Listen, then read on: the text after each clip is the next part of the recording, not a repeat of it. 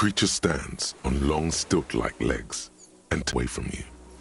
Reed-like tufts stick out of its joints. As the insect moves its forearms, it produces a faint hiss, like its tiny head to the side, and appears to look at you. It is incredibly light, like the slightest gust of wind should blow it away. But it doesn't. It is. You glance over your shoulder. The lieutenant holds a piece of milled aluminium. He begins to pull it open, extremely carefully. It's the camera. From the corner of your eye, you see a sudden cascade of motion ripple through the phasmid's limbs. A series of ultrasonic clicks fills your ear, with the sound of metal sliding against metal. The lieutenant reveals the lens. The glass glints in his hand as he begins to slide in an ampoule. You see the phasmid turn to him, its mandible antennae reaching out. The motions are quick, sudden.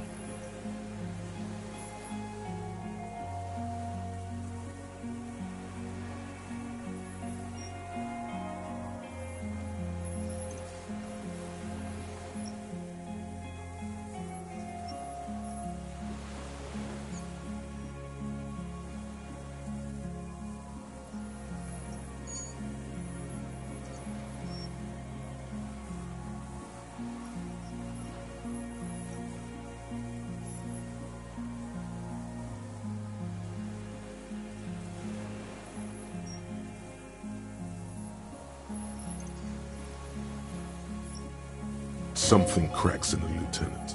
He's letting his pride get in the way. The ampoule will produce a loud hiss. You're right. It could scare it away. I need a better moment when it's not looking.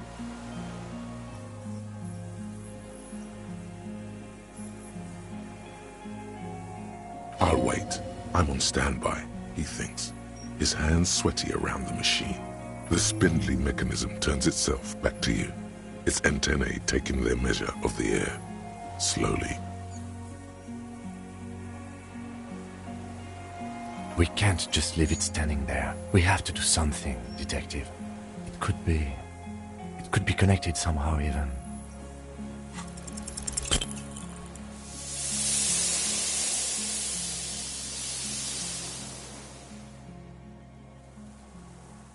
You barely get to take one step.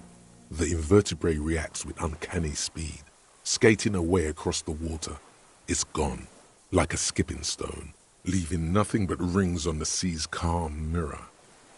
Where? Where did it go?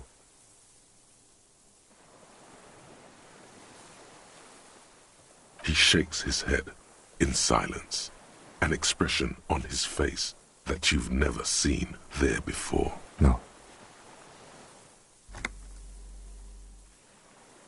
However hard you squint, you can't make out anything recognizable, let alone a stick insect. I tried, but it was moving too fast, and I didn't get the ampoule in right.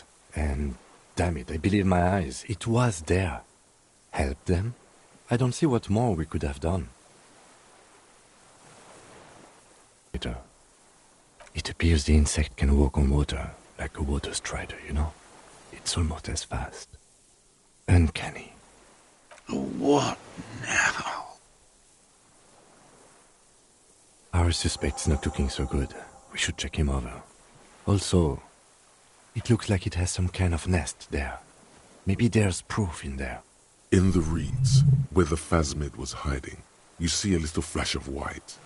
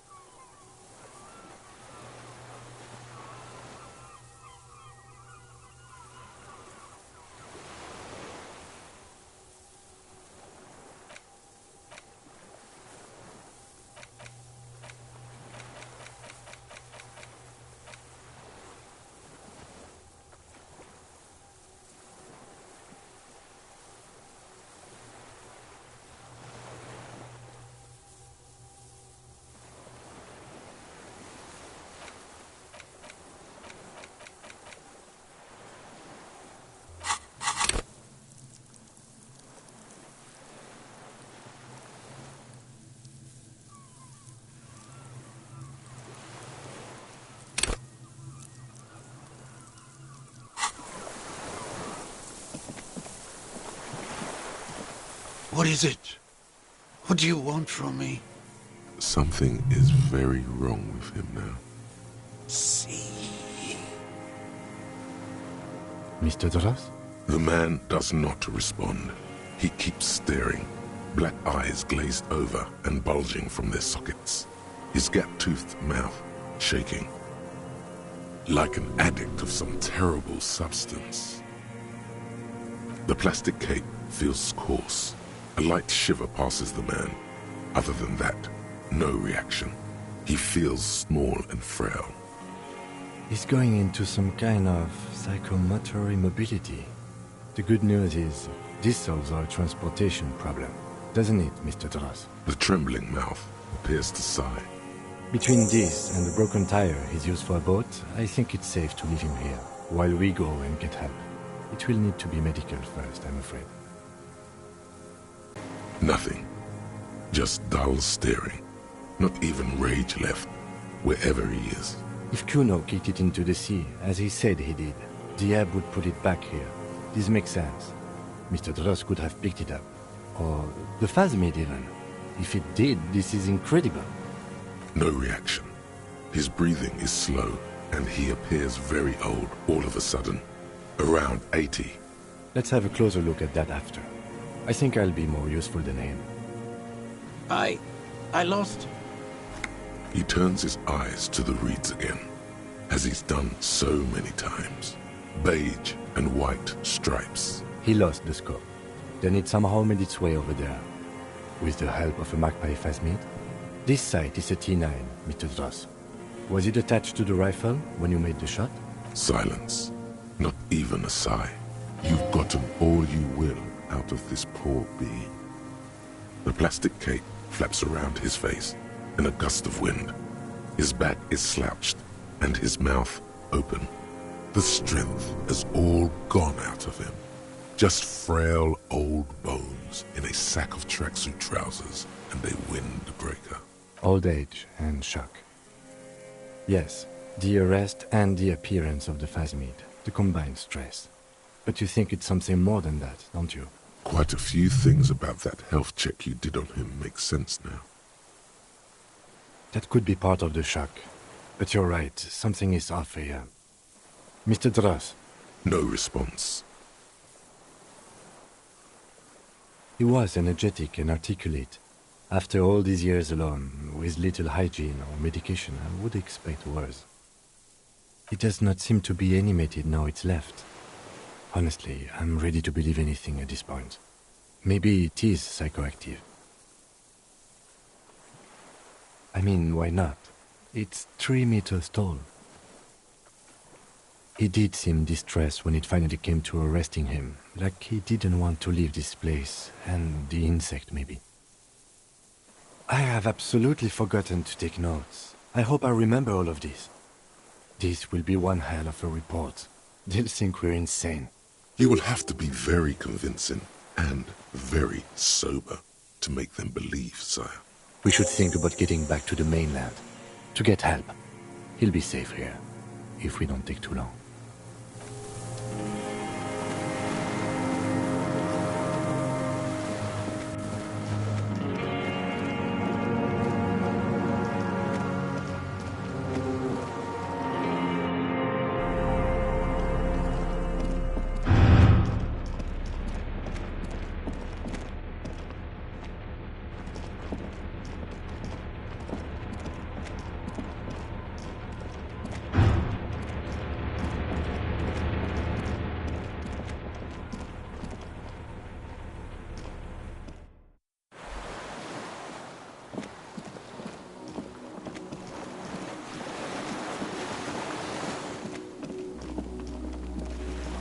The skiff is swaying on the waves by the dock.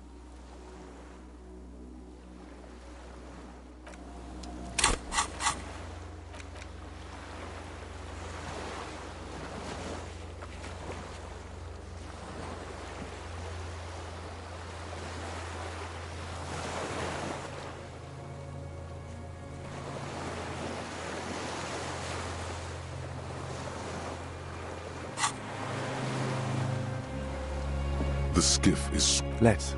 We are done here. The skiff rocks gently under your weight as you get in. The ride back is uneventful and quiet. But for the sound of conversation on the water, there is someone inland waiting for you. Two men and a woman stand on the concrete square of a nameless village, looking at a small yellow boat as it draws closer. The sea is calm. You reach the jetty and climb out of the skiff.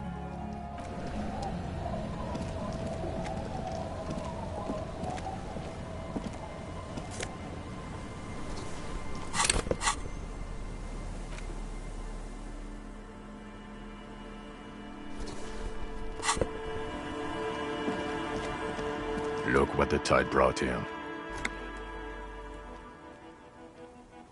I want to call you a teapot, but I'm honestly kind of impressed. No idea where you got all that gear, but there's no doubt in my mind that some bad people are looking for it. Also, you look like a fucking idiot. Whatever this is, it is completely unimportant compared to what you've just... This is the man with sunglasses from the Whirling in Rags. But where are his sunglasses?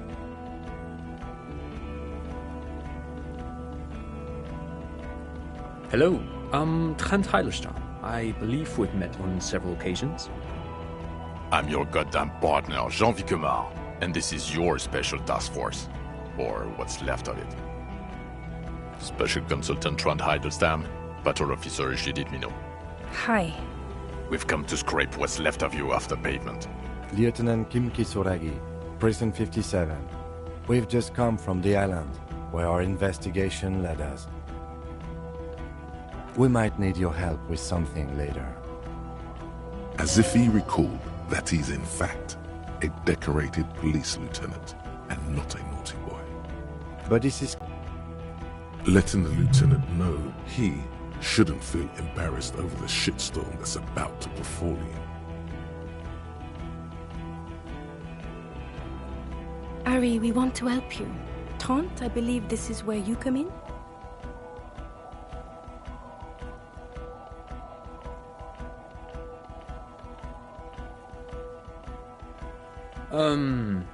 I don't quite know what I'm doing here. I was asked to participate as an expert. I think I need to manage your expectations a little. I'm at best an enthusiast in cognitive science. My background is in something else entirely. I engage in neurology on a merely theoretical level. In fact, I should probably get going. No, Trent, it's too late. You're part of this shit now. What have you got to say for yourself, shit kid? What does he have to say for himself? He left you to catch the bullets. Shit, kid. What an interesting moniker.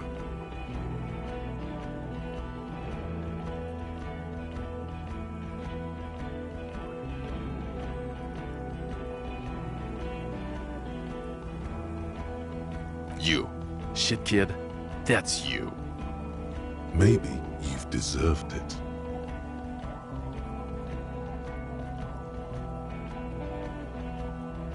The cafeteria manager you fucked over told us where you went.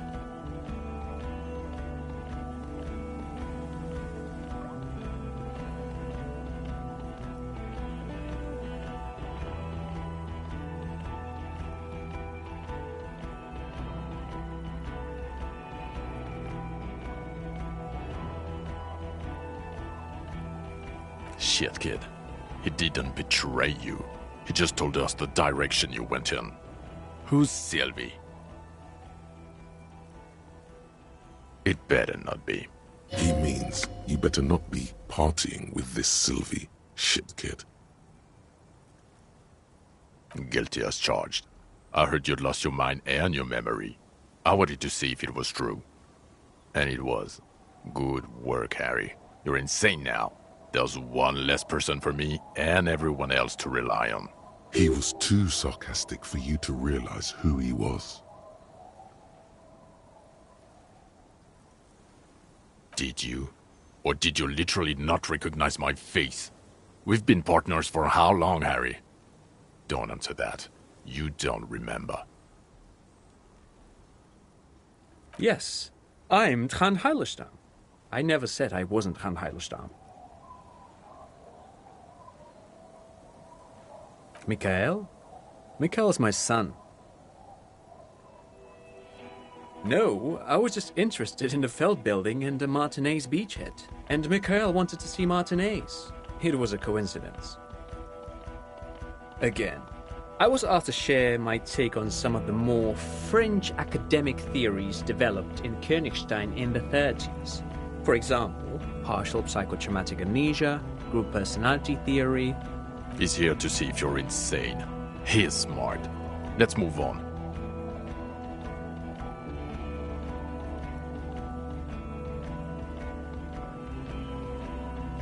God damn it, Harry.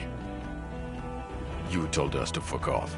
You said we're cramping your style. Your detective god. Fuck everything. All we burn. Detect or die.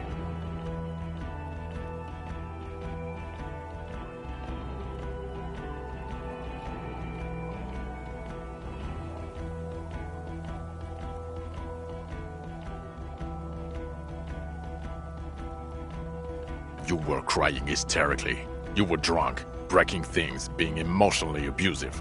You said we were going into the abyss.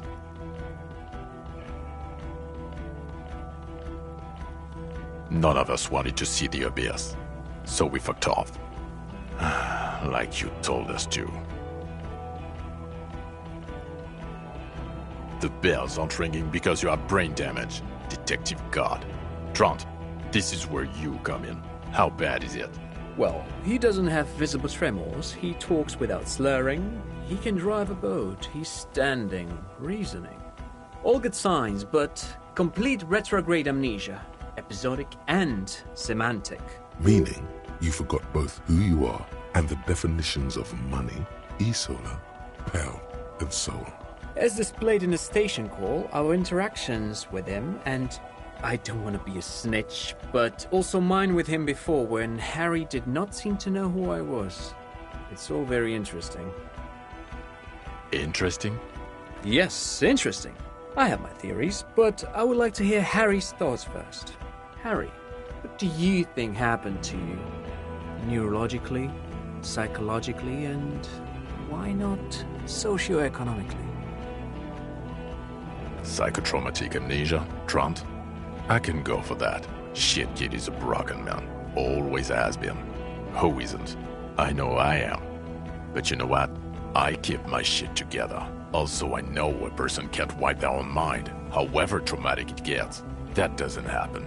You're lying, or insane, or both. But Detective Vigmer, he has blanked out before. Yes, a couple of times.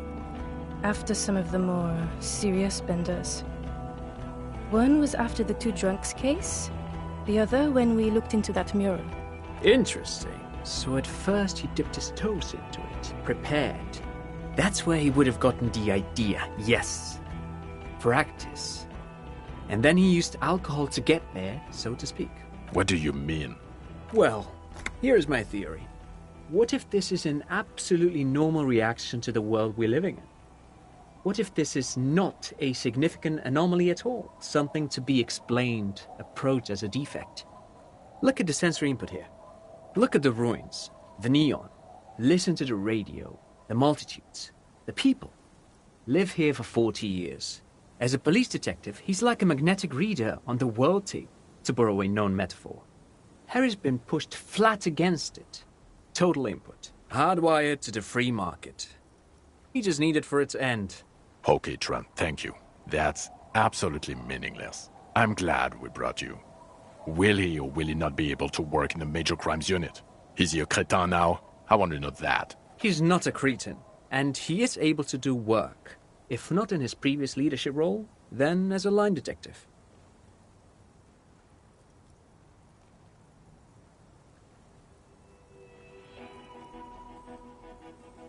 No one even mentioned that.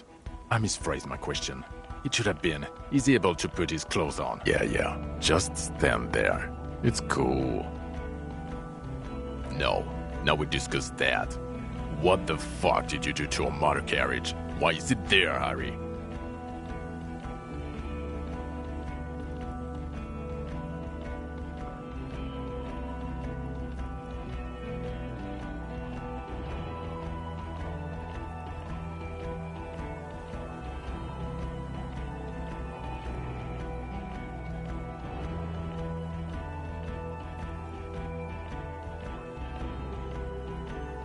Yes, in the ocean, under the sea.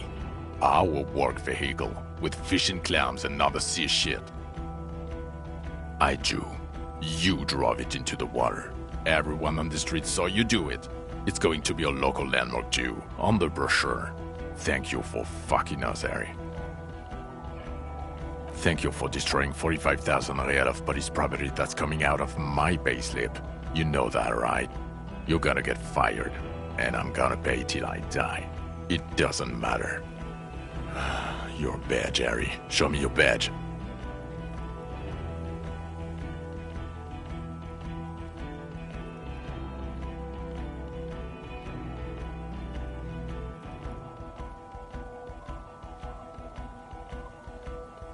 In a rush to demonstrate your badge, your eager fingers can't sustain a grip on the smooth plastic, and the badge slips out of your hand.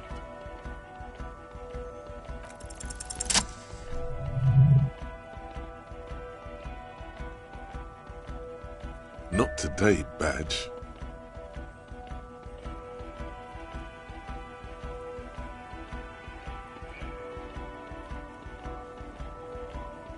And your gun? As if having your badge and gun are natural states, not achievements.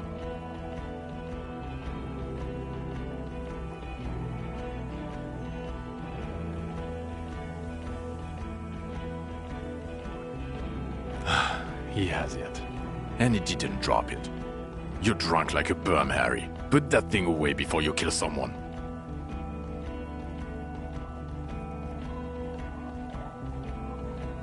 I don't buy it. Why do you smell like a corpse then, huh? He's wounded. It's been a long week, and he's handled an actual corpse.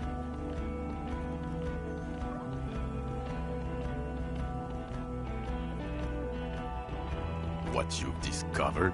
You let the suspect escape, a certain Glacier, because you were too drunk to assess a flight route. We've read the report, Sari. Lieutenant Kitsuragis. We know.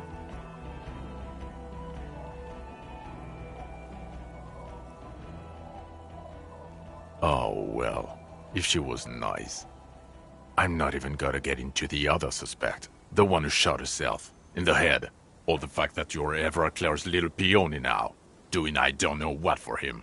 That's small-time stuff, that's nothing. That's a humorous anecdote, compared to the 8 people who were gunned down. The streets are literally red with blood, Harry. It was fucking mass murder. He did everything he could. We did everything we could. The company hired and vetted mercenaries.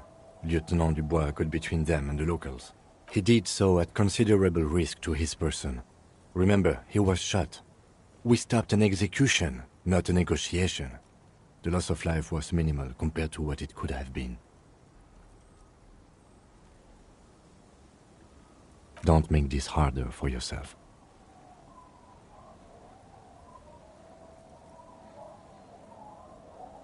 Thank you for the input, Lieutenant Kitsuragi. I didn't mean to suggest you didn't handle the situation. He thinks of apologizing, but decides against it. You've spent the week with him on this case. What is your take? On the case? On Lieutenant Geoffrey Dubois. Well, the drinking, the gun losing, also losing the badge. That's all true. Although he has not been drinking on the job this week. See? 1 week. Then there's the superstardom. He likes to, from time to time, allude to being a superstar law official. At first I thought it was a joke, but now I'm not so sure. He says disco about 20 times a day. It's worrying, especially in light of his political views. Detective Dubois is, as you may know, a fascist, a far-right woman hater, and of course, also into race stuff. Which, for a police officer, not good. Other still, he is also an ultra-liberal hustler who is always on the grind, which I guess goes well with some of his racism. I don't know. He is vocal about both beliefs, though.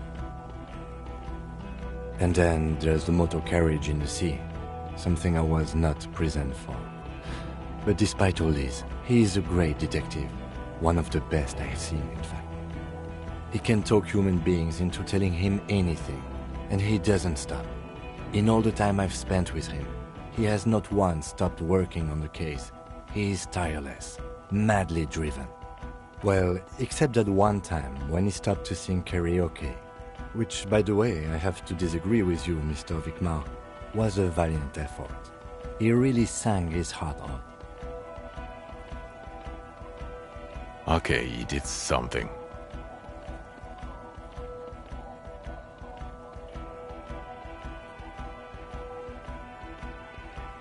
Other than that one time, he has tirelessly worked on the case, and he solved it. We have a confession, a murder weapon, and the perpetrator, locked on the island right now, awaiting transportation.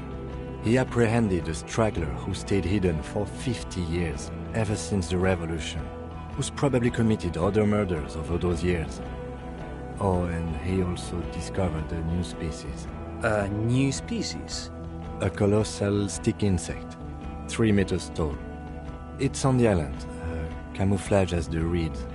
It unfolded from there. I did not, unfortunately, get a photo, but I believe it may have been the Insulindian phasmid.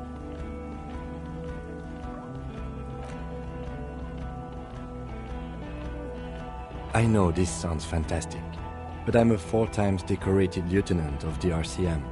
I do not make up encounters with cryptids to spice up my day. I am very, very sane. I don't doubt you, Lieutenant. If you say it was the Insulindian phasmid, then it was the Insulindian phasmid.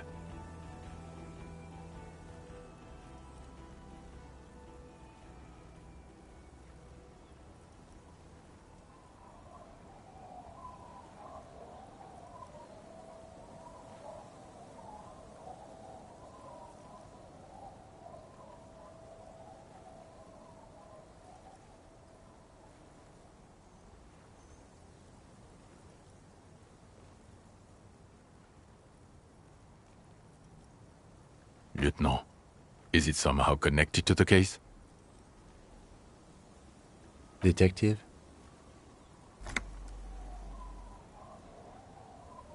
The old man was not aware of the phasmid's presence. Exhibiting a strange, atypical dementia, he fell into a stupor after its appearance. He became near catatonic. So it is connected. We could order a search. I could get people from EPIS on the island, entomologists, doctors. There must be signs of it in the reeds. If we found the Insulindian phasmid, well, that would be absolutely exceptional. The PR value alone. There, you need to make your case now. The floor is all yours. He prepared it well.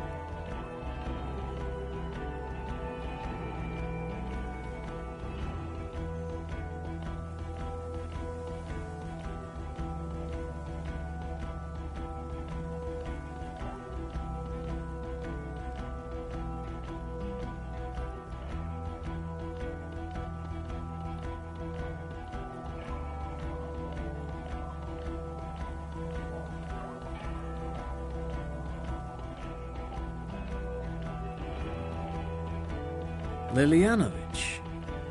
A revolutionary matronym. The custom started in Grad, where they have patronyms. Krasovich, Lasovich, etc.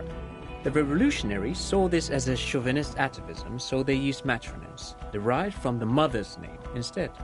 This man's mother was Lilian. His Lilian's son, Lilianovich. The custom was overturned after the revolution failed, but not before it made it to Revachol. So, it is what a soldier of the ICM would be called.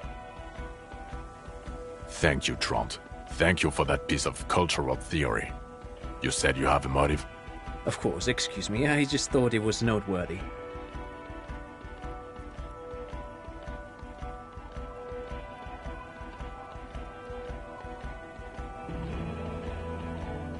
worked? He got a war going? Yes, until we stopped it. He saw the mercenary as an ennemi combattant. There's plenty for prosecution to pick from, as far as motive is concerned. Also, we have a sniper's nest with full view of the room in which the mercenary died, right on the island, and 2 officers on the scene that Mr. Dross confessed to. It's a clean win. Oh, it's way more than that.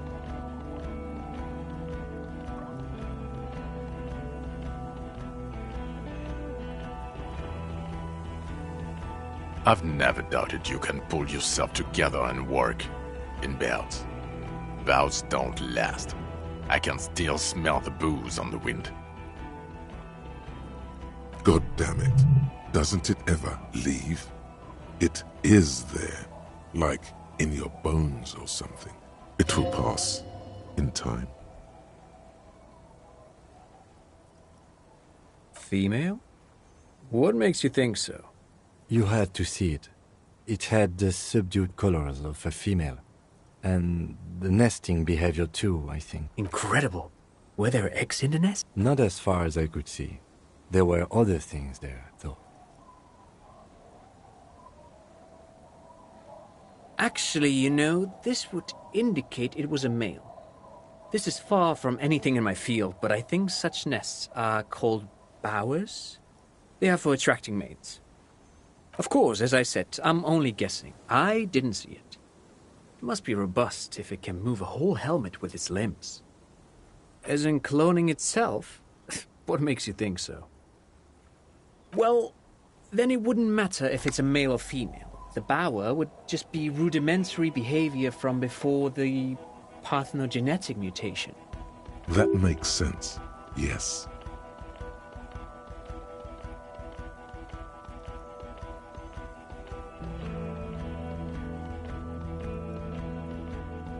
Very interesting. Such organisms are extremely vulnerable to disease. A single strain of bacteria could wipe out the whole species. We're probably looking at conservation efforts here. Yes, but also reed-colored, beige and brown, a little green on the outside. After unfolding from a single stalk, it still retained parts that looked like reed tufts on its limbs. Incredible. It's a toughie that you don't have a photo. This would look very, very flashy in the papers. None of it says vigilante murderers to me at all. Great PR. I tried to, but I only got a blur. We can still work. Cop discovers new species in there. I know a good guy in La Majesté, but only after the École Supérieure people find it. This cannot be done by French people. It needs to be white coats and glassware for this fly. We need professionals. You're doing good here. Perhaps only for a moment, but still. Quit while you're ahead, or no.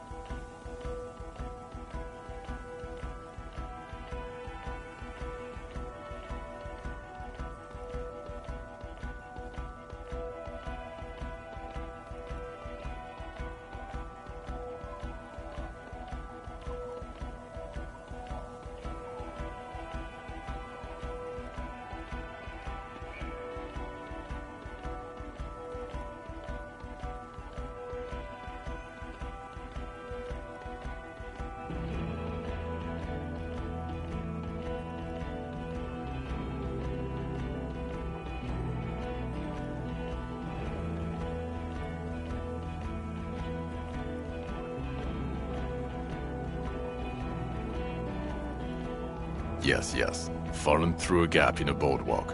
Drunk. The body was transported to Precinct 41, our morgue. I had Tilbrook and Mullins take care of funeral arrangements and family stuff. You're not the only cop in the world, Harry. This all comes back to us. Still, good work with the missing person, Detective. It's still a point for you. No denying it.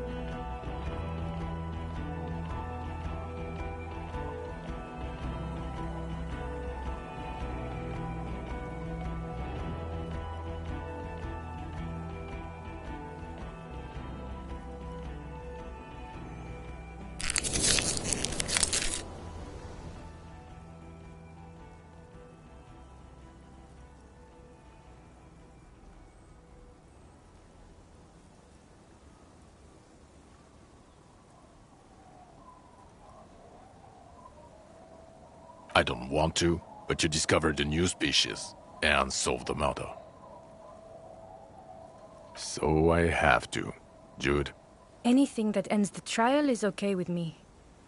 Agreed. The public relations potential of this is too valuable to let go. Okay. We have vehicles in the square, and the perpetrator needs to be taken into custody. Let's go. The man looks westward, impatient, jingling his car keys in his pocket.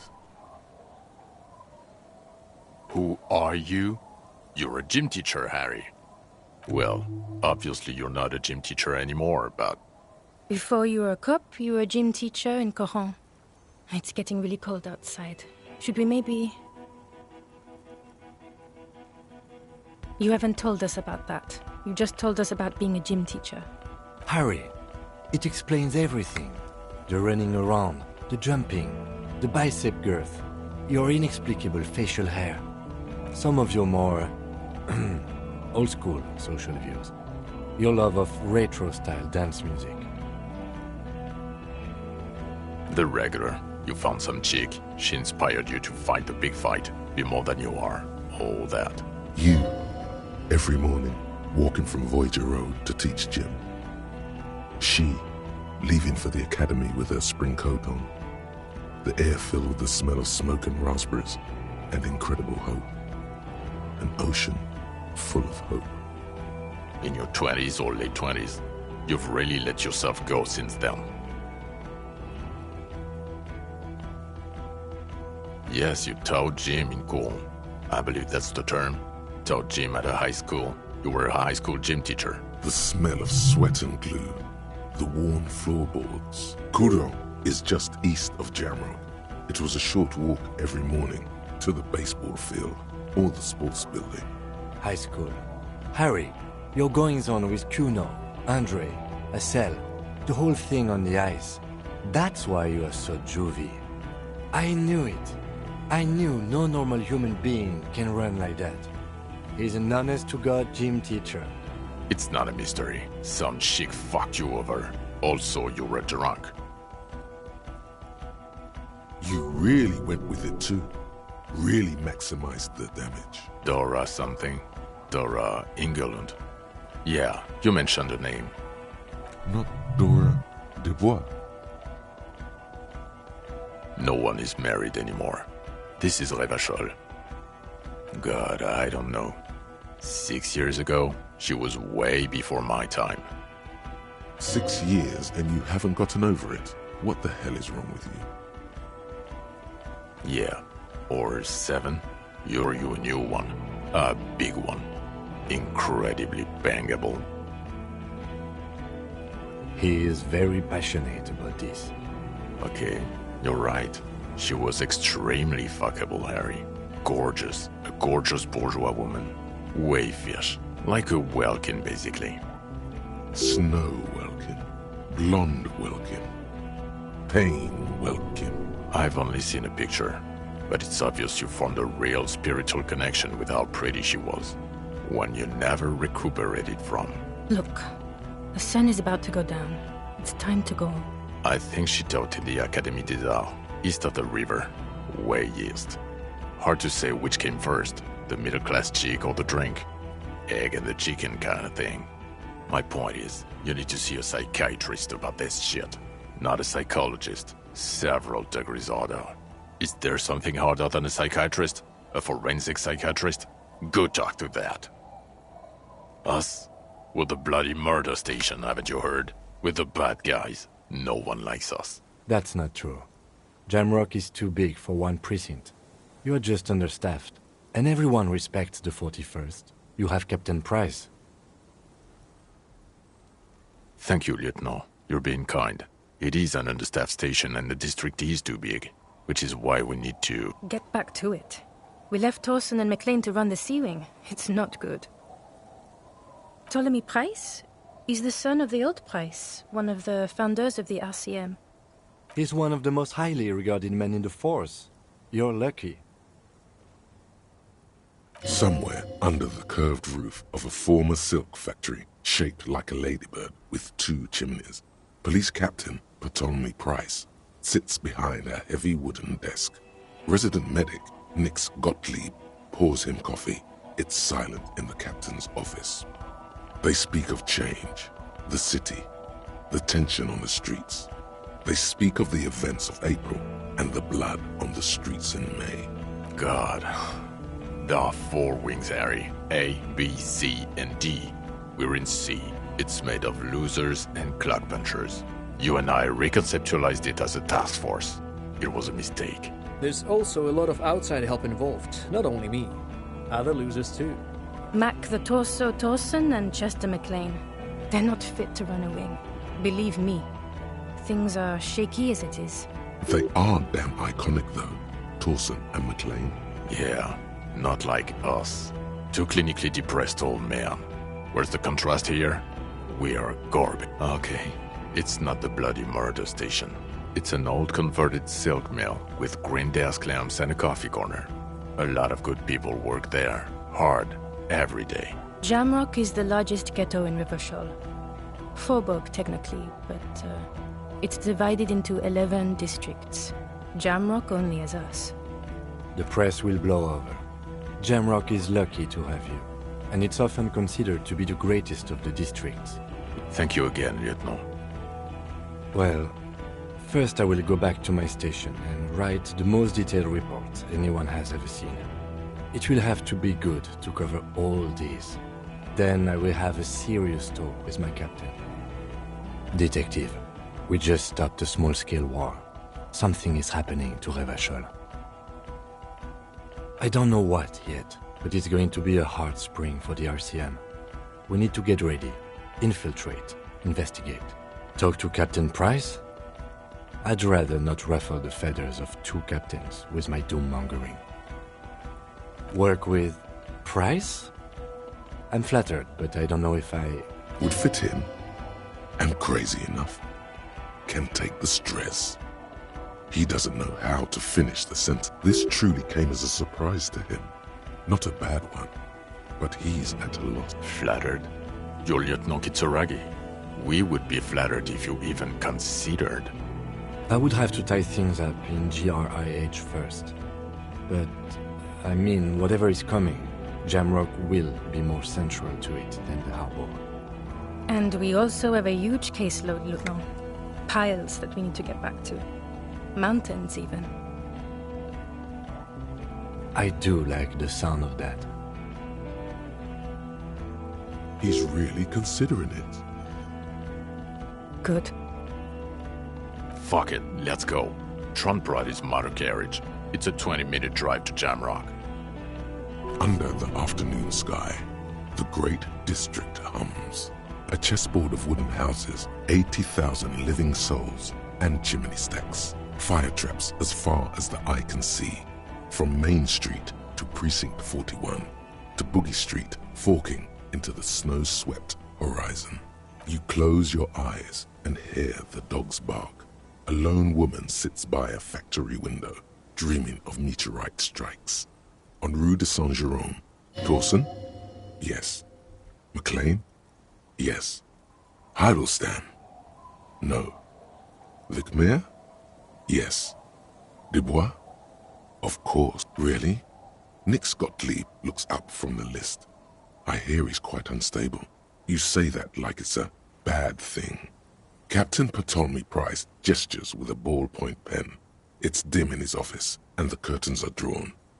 Harry's our man. He'll pull through, and when he does, he'll side with Revachol. Understood. Gottlieb returns to the list. Minnow? Of course.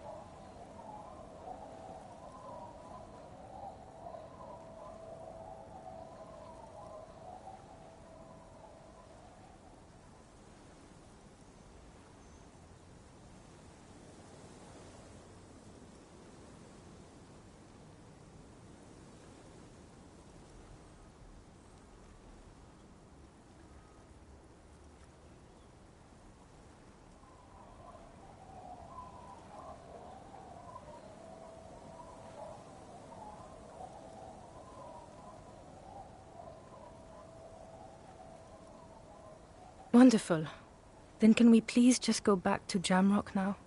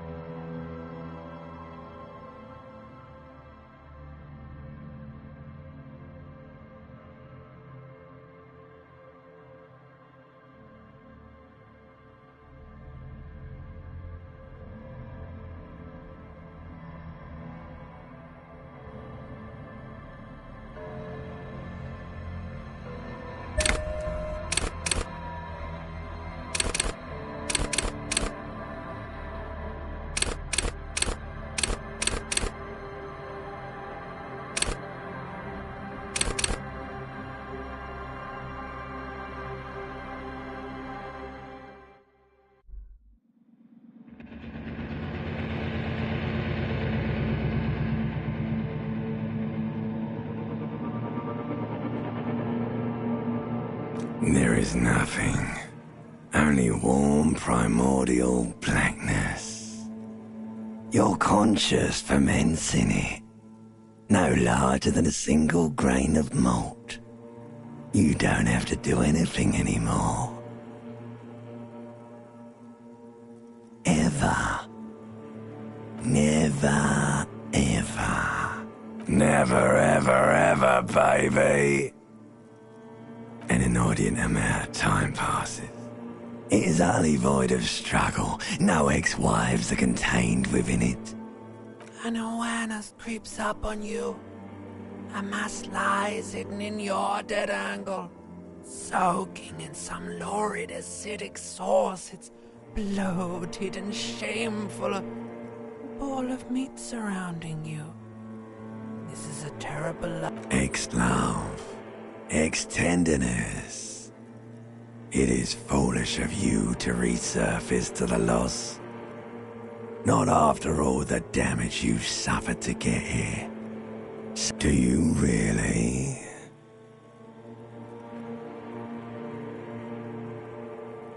You wouldn't like it if I told you what was back there. Why'd you think you had to bludgeon yourself into oblivion? Or did you not sense yourself marinating? Poured so much on yourself, got a bit carried away, did we, Chef? Fear and apprehension. You should ask what's out there first. Somewhere in the sore, bloated man-meat around you. A sensation.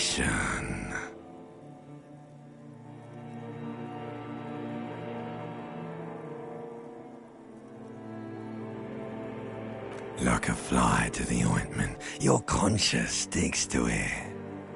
The limbed and headed machine of pain and undignified suffering is firing up again. It wants... The stench of liquor rises from your mouth, and with it, an ungodly headache. A fiery streak penetrates your skull, trying to force your eyes open. It's a sound, a clarion call from hell.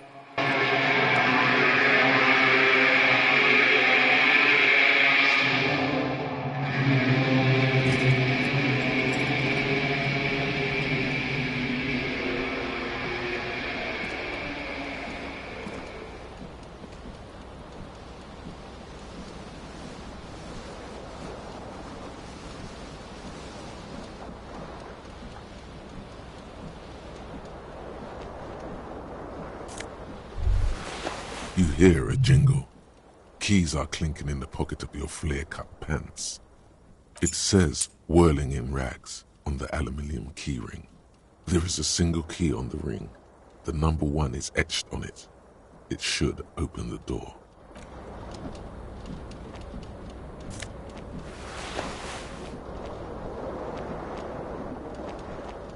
The window stands broken in its frame.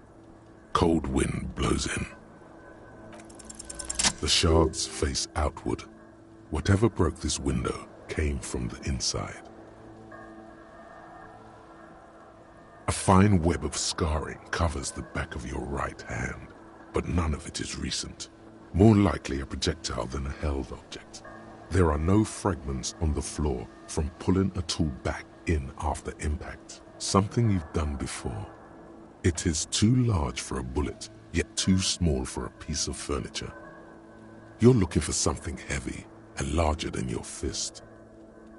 Like the green shoe that's on the hat rack in the corner, which, coincidentally, is missing its friend. Congratulations, you smashed the window with your own shoe. Now you only have one. If you're lucky, you can still find the other on the balcony outside. The door to it should be outside your room. You mean someone else took your shoe off and smashed the window with it? The window agrees. Its cracked smile is cold and sparkly.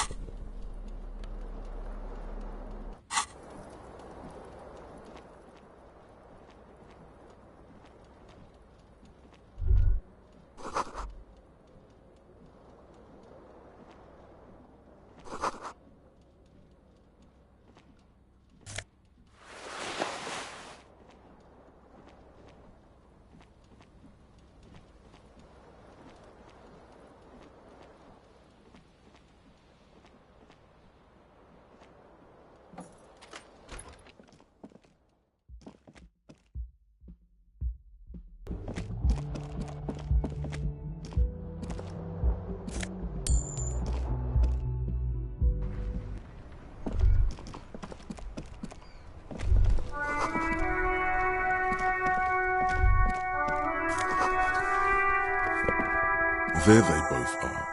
Two identical shoes, both copiously green and indiscriminately snakeskin, reunited on your feet. Like two baby crocodiles. Good, they're balanced, comfy. Feels like the only good thing about you right now, truth be told.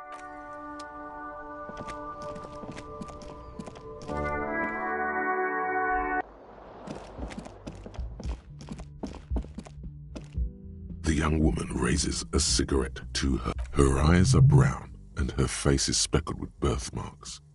She can't be more than 28. No. The young woman shakes her head slowly. No. You're a police officer, sir. Okay, cool. I won't. Okay?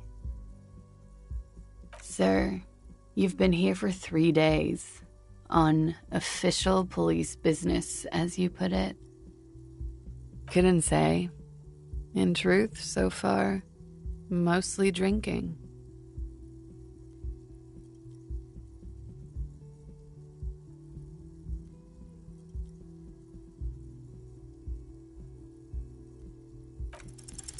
The words have already left your mouth.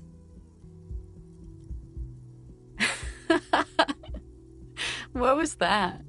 That's not even how words are used. What did you say? Come on. Say it again. Come on, man. Freddy, please. One more time. Goddamn right you did. You crazy asshole, you. What kind of cop are you?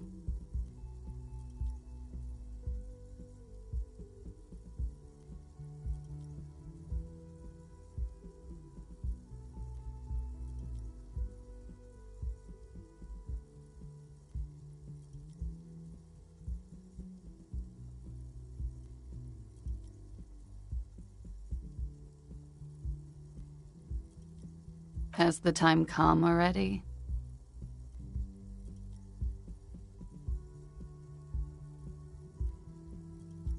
Mere minutes. I should go and prepare then. Thank you. This has been delightful. I hope it does all come crashing down.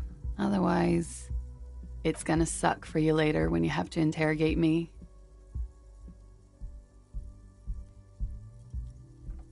And for the record, no. I didn't do it.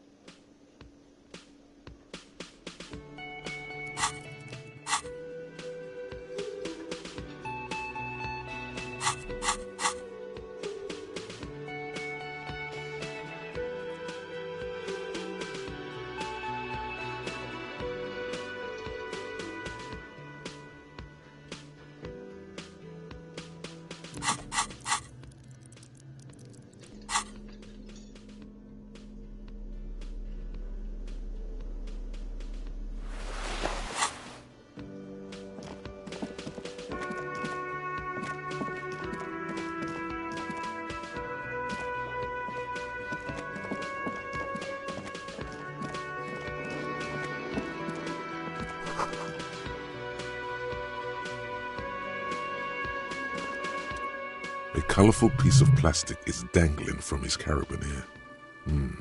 Makes your fingers itch. On the counter, rolled out of his open hand, you see a blister pack of headache medicine. The man does not mind. You probably need them more than he does. You've just picked up some magnesium. This item is stored in the bottom. It's a dock worker's ID, doubling as a shift card and a job permit. A young, able-bodied man stares back at you from the photo. Santiago S. John. Your fingers find their way into the shackle, flicking open its spring-loaded gate. The metal loop holds the plastic ID and a leather-bound pocketbook. The man emits a loud snore. Is he about to wake up? Doesn't look like it, but you never know. Better be quick.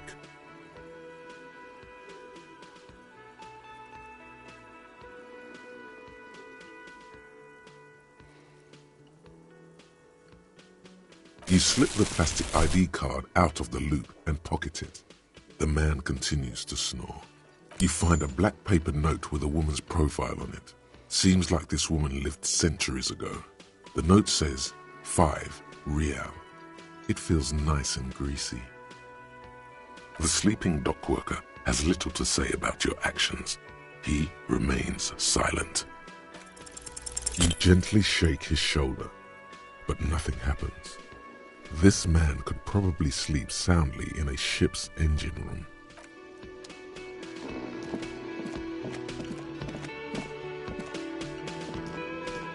A bespectacled man in an orange, but as you approach, he narrows his eyes and extends his hand in greeting. If an assault were launched on this building right now, if the windows came crashing down and the whole world descended upon you, this man would hurl himself in death's way to save you. You are sure of this, but why? On the sleeve of his bomber jacket, as well as on its back, are the same enigmatic white rectangles as on your blazer. Hello, I'm Kim Kitsuragi, Lieutenant, Precinct 57. You must be from the 41st. You realize he's waiting for your name. Concentration makes you squint your eyes. Your name should be deep gold and orange, like a forest fire looming on the horizon, but mixed with the stench of liquor rising from your breath. You're 2 steps closer to it, but there are still many to go. Okay then. It looks like we had a little scheduling error on Sunday. Saturday too, actually. Have you had time to talk to the manager here? If you don't mind, we should talk to him again. Ask him for a rundown of the area. Now that I'm here as well. I understand the scene is out back, right? It also wouldn't hurt to assure him the police are finally here. In full force, I mean. Have you mapped out the initial interviews? Right. And the interviews? At the 57th, we like to prepare an initial list of persons of interest, and then just skim the surface. Prepare the field, get to know the players. You don't do that? Maybe it's okay. We'll have time for that after we take a look at the coroner's case. Have you removed the dead body from the tree? Mm-hmm.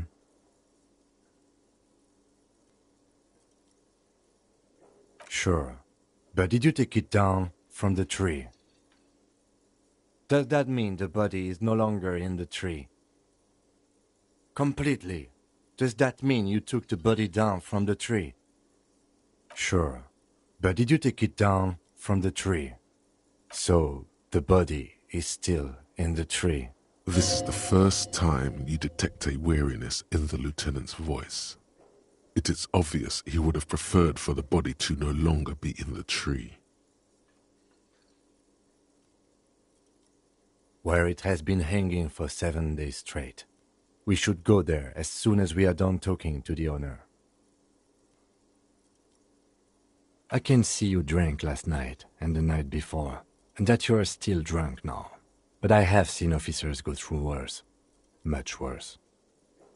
If you need something for your headache, there is a general store nearby. But as I said, the dead body should be our #1 concern. After you, officer. If you're about to embark on an investigation, shouldn't you have a badge? You mean you don't have a badge?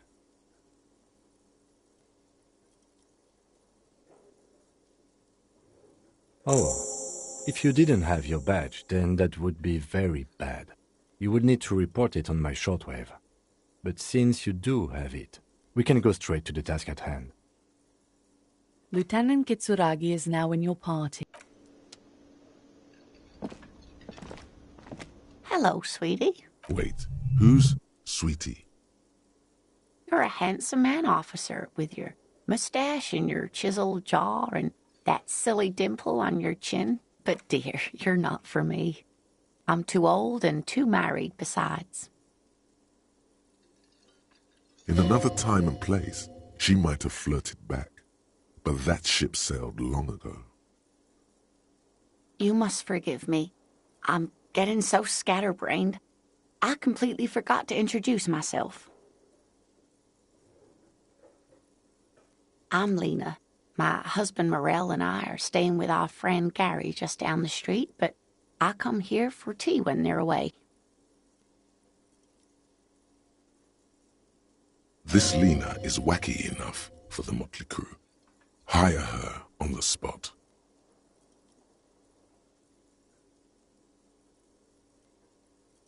Yes, dear. I'm a paraplegic. A paraplegic is someone with limited or no ability to use the lower half of their body. Paraplegia is caused by spinal cord injuries, like falling from a great height, or a grenade explosion. No, dear. I'm not quite that old, although I was injured in the line of duty. Oh my. What happened? That's how I feel about the accident. I was a training and development manager at a rapidly expanding mail-order shoe company. You'd think it would be a safe job, but I had to be everywhere, and, well, once I happened to be under some faulty scaffolding. I was lucky. This was almost 20 years ago, and I was compensated exceptionally well. One can only dream of such payoffs nowadays.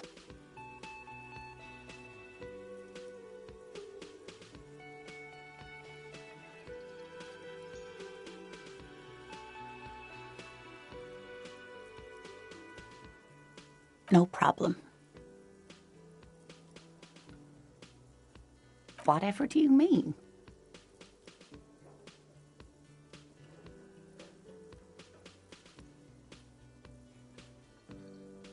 Sequence killers? Oh my. But I think you already have a partner, sweetie. A partner who needs you to help him get a corpse down from a tree.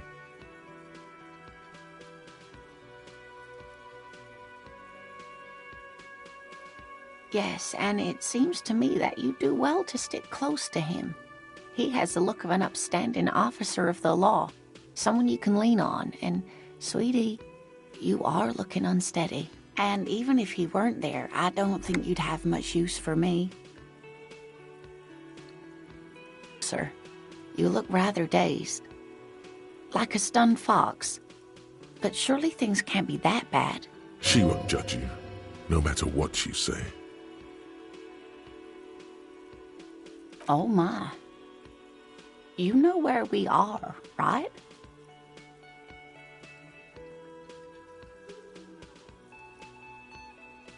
Now.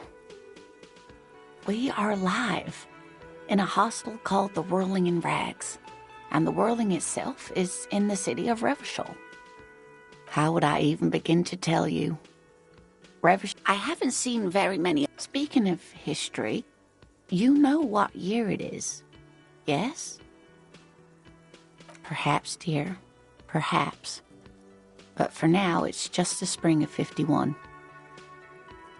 The lieutenant studies you, rubbing his chin.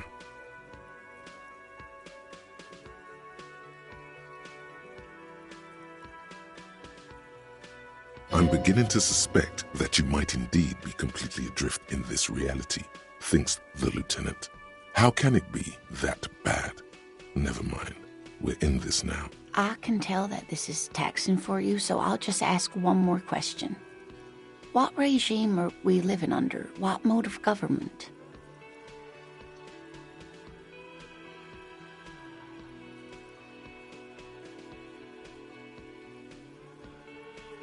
Oh, no.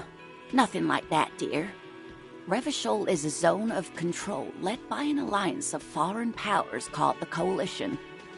We have almost no government of our own, and certainly no matriarchy. She's trying to avoid the foreigner's part. This is because she's a woman. She may be lying to you.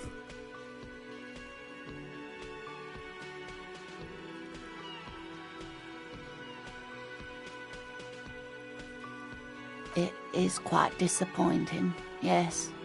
A lot of people would like some form of representation.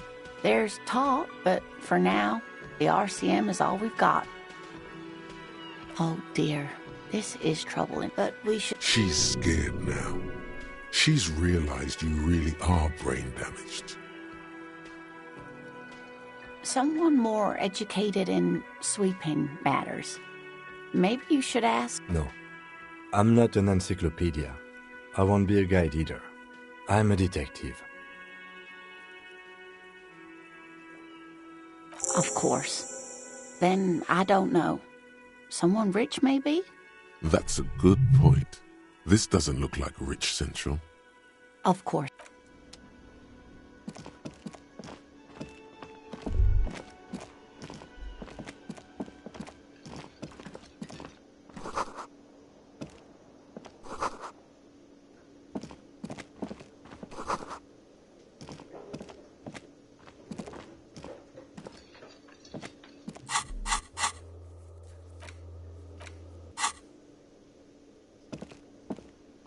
A man in his late 20s with a thin, unimpressive beard notices you approaching. He drops the ledger he was holding and turns to the lieutenant.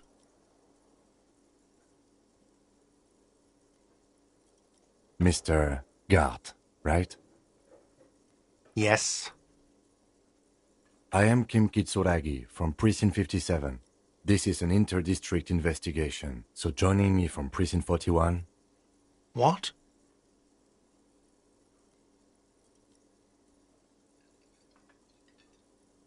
I have no idea what that means.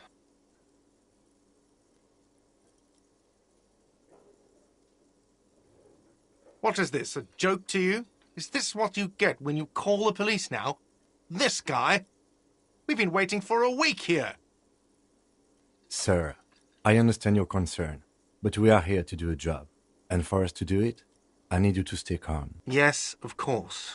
I know it took us a while to arrive at the scene, but it also took you a while to call us. It was you who placed the call. No, I only just got here. It was probably Sylvie who called you. She usually works the bar here. I'm only temporarily taking over her duties. Do you have her number? As a matter of fact, I do. This sounds like something you can use to call this Sylvie later. You said you just got here. From where? Are you a local? What, of Martinez? No, I live in Jamrock. I only sometimes come here to keep an eye on the place. This is just one of the many cafeterias I manage. But you still know your way around, yes? In case we need direct... Yes, I know where some things are, but as I said, I don't live here. I didn't imply that. Detective. It's your turn. Yes, he means, do you have questions for me, like a police officer would? I don't know who killed him. I'm not the police. That's your job. What are you, crazy? Of course I didn't kill him. She went away because none of your business.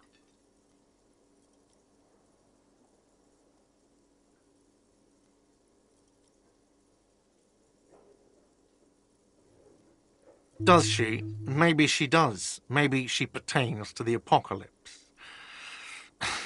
Sylvie is not here because I asked for her number. The dead body out back didn't help either, but it was mostly me. I hope you appreciate that. Thank you. Is it? Because I thought you were supposed to be investigating the lynching, not my employer conduct. What?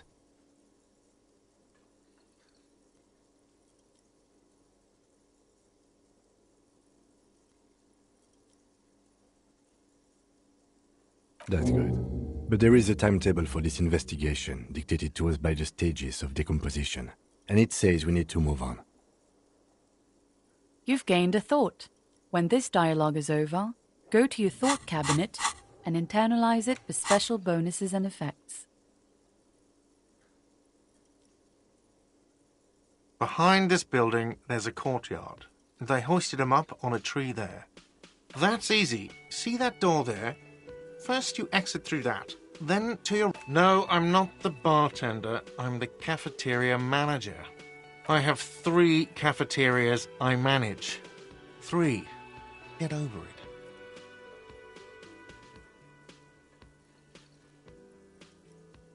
Let's go. Not so fast, Mr. Feminist. You owe me 130 real.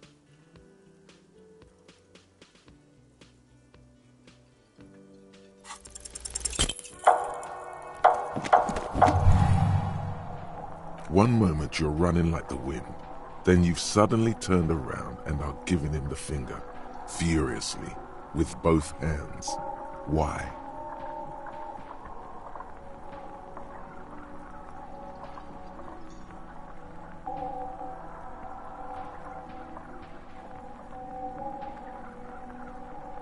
That's true, yes, and it's worrying. But let's not fixate on it. Look at that stupid bartender instead. He has no idea what's going on. You and your fuck you fingers floating in the... Watch out!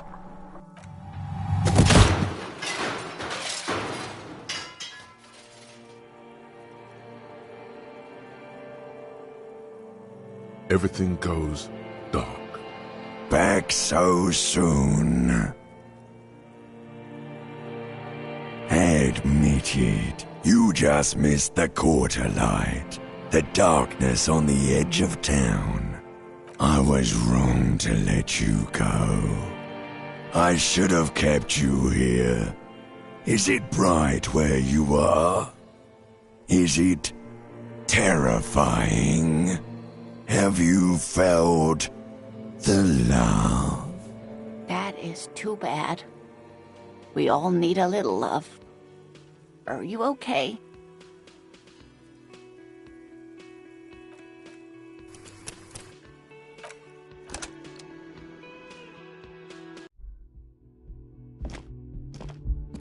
The young... No. I am, yeah. You've been here. Couldn't say. In truth? Try the expression. Come on, why are you still doing this? Alcohol raises testosterone levels, especially in men. The levels remain elevated after inebriation and... She puts out her cigarette.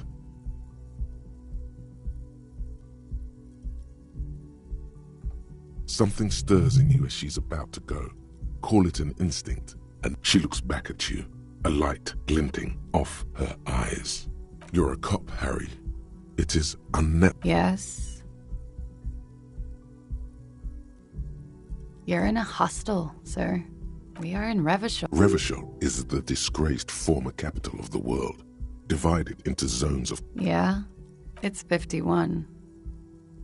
The current centuries don't have numbers. Civilization has existed for 8,000 years, sir.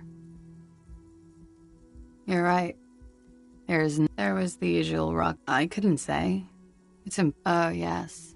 were huge where I come from. I was very young then, of course. Like 7. Life gets hard, but we go on. It would appear so. A slow, sad song started playing, like organ music on repeat. Yes, there was a church in there, a really small church. That it doesn't matter anymore and that we're alone now, it was difficult to tell. The song itself was very quiet and soft, but you sounded like a winded boar, sir. It was hard to understand what you were singing on top of it. Yes, then you started screaming and trashed the place. A window was smashed. The tape there was. I think you screamed that you didn't want to be this type of animal anymore. I may have misheard, but it was sort of memorable. I went out afterwards. Everything was quiet by then, around 4 or 5. And that was it. Glad to have been of assistance.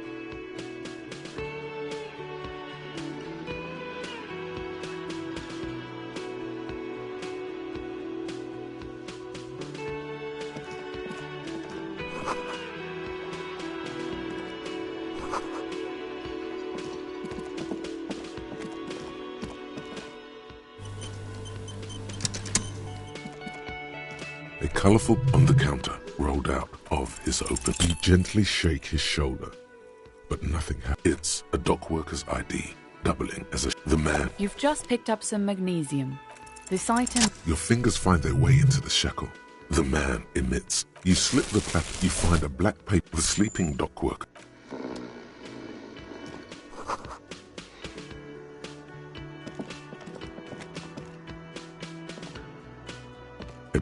If an assault on this... If you don't mind, I wish it also wouldn't hurt. Right. And the... Good. Have you removed? Mm-hmm. Sure. But did you take it down from the tree? So, this is the... where it has been hanging for 7 days after you. If you're about to embark on an... You mean you don't have a badge? Oh. If you... Lieutenant? Hello. You're a handsome... Nothing so glamorous, dear. Though when I was young, I was a train. You'd think I was lucky. That's quite all right. See? And even if you weren't there, I really would like to have... Yes. Oh my, that's right. We're... Yes, great.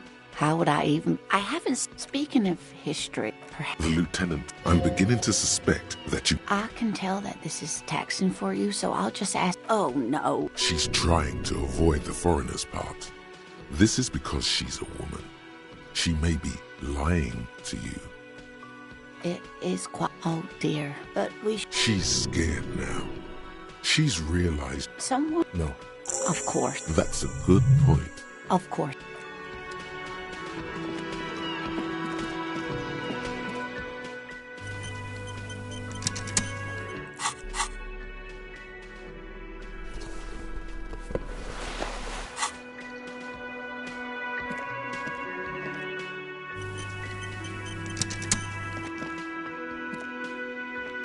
A man. Mr. Yes? I am Kim Kitsuragi from Precinct 57. What?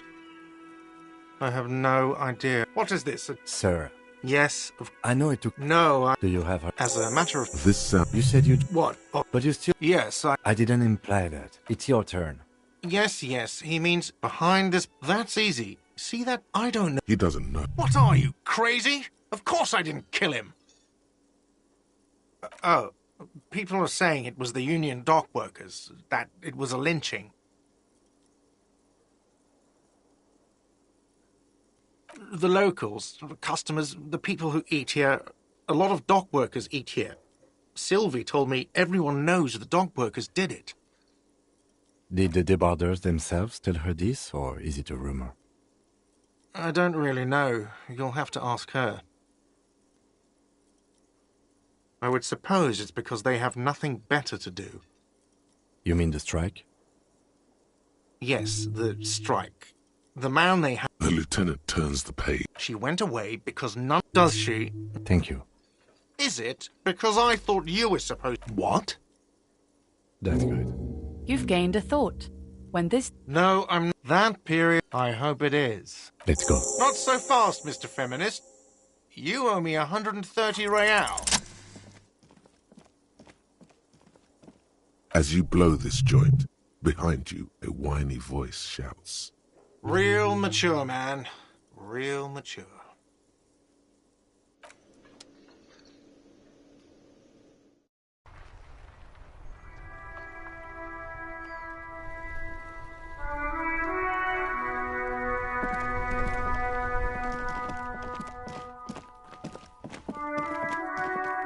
You see a set of tire tracks in the brown slush that covers the plaza mosaic. No, these tracks are not interesting at all. Let the street sweeper just sweep them away. Hard to say. Your vision is blurred and you're having difficulty concentrating thanks to your riddle cop habit. You look at everything. This isn't case-related, you think. An old call box with a matrix of push buttons lists all the companies in the East Delta Commerce Center. This button looks new. Huh. This button looks new. It's probably not connected yet. Silence. No one answers. An off-key melody starts. Kuno, please stop calling here. Grown-ups don't have time for your stupid games.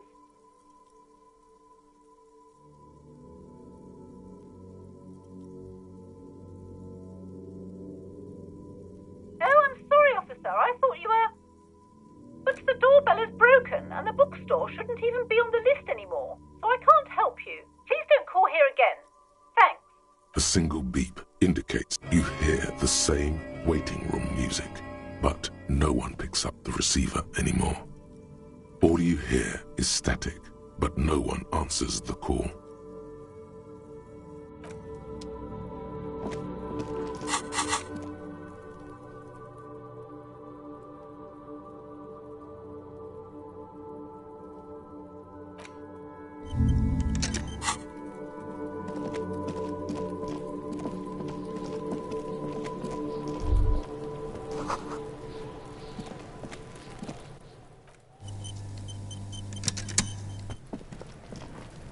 Kuno's got this. If there ever was such a thing as an ugly kid, then this is it. He's almost exquisite in his ugliness. Oh yeah, nappa comfy, Kuno!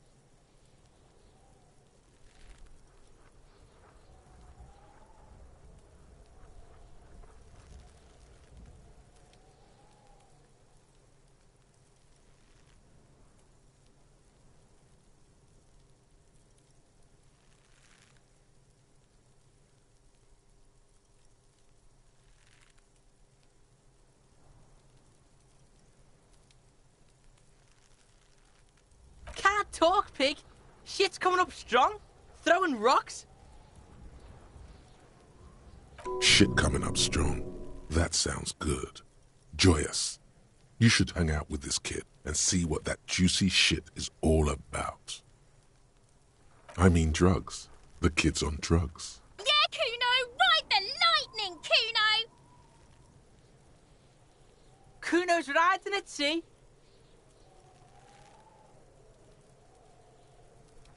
The rake! You should throw the rake at him, Kuno! The fuck does Kuno know what a rake is? Kuno's not a gardener. Fuck no. Kuno doesn't buy that shit. Fucking entrapment shit. Fast. This kid has got street smarts.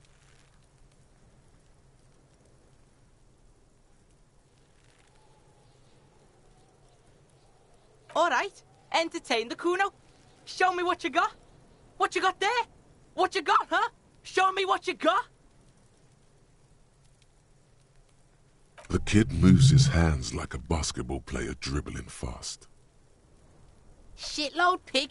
What's your question? Don't tell the pig shit, Kuno! This is where you quickly ask him questions. Real cop questions. Like a cop. Just a couple of pigs sniffing around in the dirt. That seems pretty fucking suspicious to Kuno. Yeah, you tell the faggoty, Kuno! Probably climbed. Kuno was busy down the road when that shit went down. You heard Kuno. Kuno wasn't even in Martinez. Kuno wasn't in Revachol. Kuno wasn't regional. I don't know. Some fucking... Mesk or I don't know. Some other place. Night City. Kuno was in fucking Night City. Kuno gives this info out on a need-to-know basis. And you don't need to know. Kuno didn't smoke the gimp, if that's what you meant. Kuno's fuck gimp. Kuno uses the fuck gimp for target practice. He could have just said he doesn't know. Kuno knows shit. Kuno's not a snitch. That's all. Trying to make Kuno sing into the popo phone. You're... Get lost,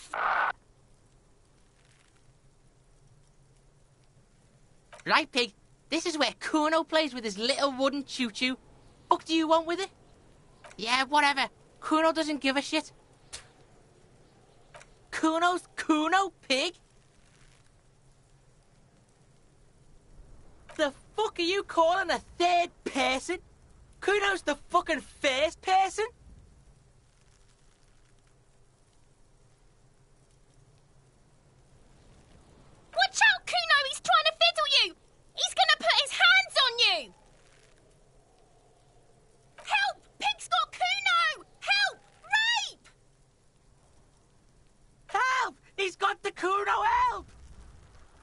can hear. You need to get the hell out of here before. Help! He's digging his dick out! Escalate, Kuno! His dick is out! You're afraid! Pigs in aim, Kuno! Somebody, please!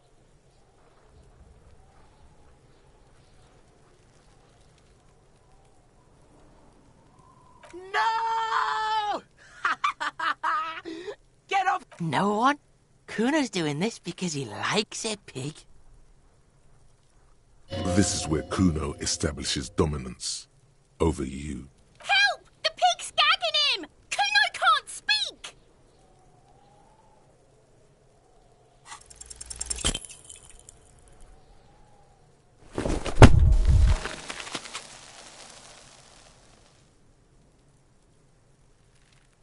You didn't shut him down. Your fat fist didn't meet its target. Instead, it pulled you down with it.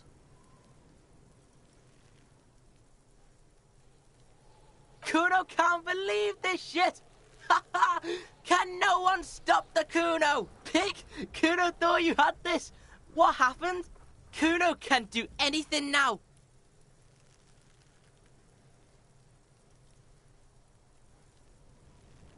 Fucked your shoulder, fucked your knee, fucked your fat body up! Officer, you need to get up. This is turning into a farm. That's what you get if you fuck with the Kuno. You get fucked up.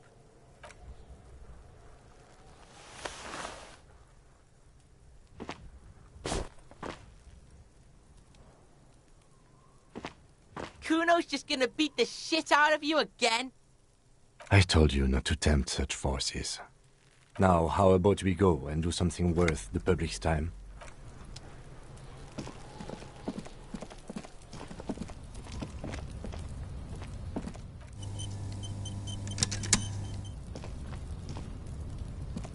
An inconspicuous pile of the... Because there's a... There it is. You see a shabby little door.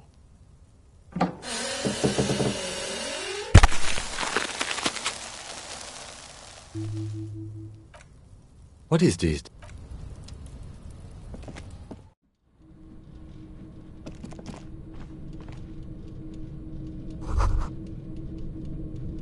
Be still, my beating heart. It's amphetamine. Sweet amphetamine. The lieutenant isn't studying the powder in the mirror. He's studying you. Of course, detective. Swift justice. Don't worry, we don't have to investigate every trace of narcotics. Yeah, swift, lightning justice. Faster, harder, justicer. See that ladder there? It's probably another way into the industrial harbor, no? A secret path the local kids use.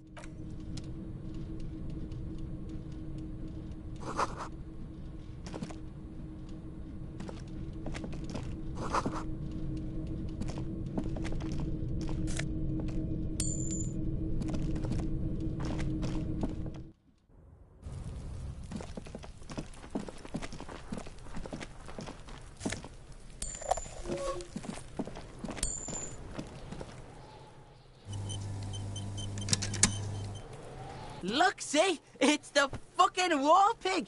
Try not... You belittled yourself before the Kuno. Now you must seek his forgiveness. Please, don't waste... The lieutenant does not approve of this at all. Don't listen to the blind fuck, piggo. You're doing the right thing here, trying to get Kuno to like you again. You can pay tribute to Kuno with drugs, or cigarettes, or some wheels. Kuno could use some wheels. Motorized carriage. What are you doing? No, you really don't.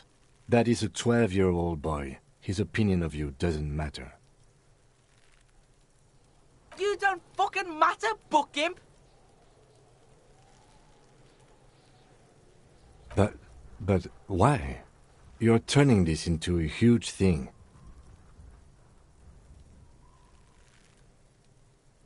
You're totally unraveling, officer.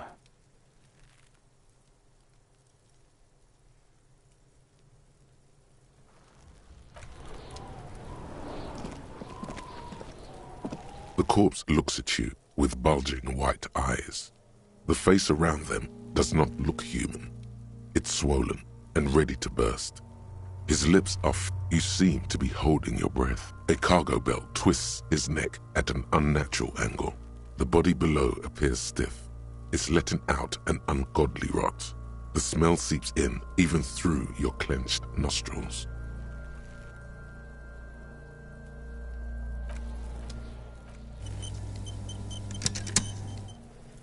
There he still is. Look at the smell.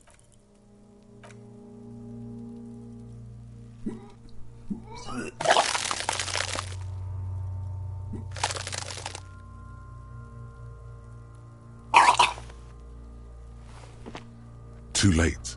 It's impossible to keep in. Your body curls and pushes it out. Burst until a pool of vomit lies. The smell of Commodore Red rises from the pool. Among it, distilled spirit and bits of shish kebab. Keep it. The hangover is clearly making this worse for you. You could use some ammonia to clear your head. There is freight nearby, east of the hostel. They usually have a small apothecary. If they don't, there's a greenhouse here, and a gardener with a wheelbarrow on the corner. Acquiring ammonia will provide a mod...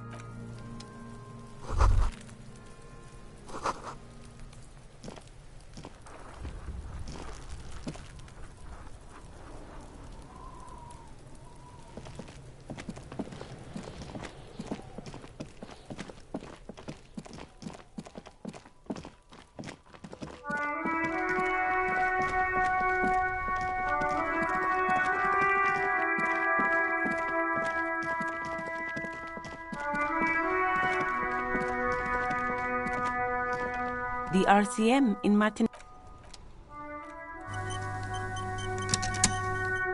You're back. We don't see it. Of course. Sure. I'm done with it. Go easy on that. Of course. Where to? No problem. Of course. What do you mean? Yes, sir. He knows where we are. There? Buildings? The harbor. What do you mean? We're in Martinez. Some just coast. It's just water. No problem. Of course. If there's a corpse, then you're going to need those gloves for the autopsy. Sure. Keep them. I have enough. I can't. It felt like spring.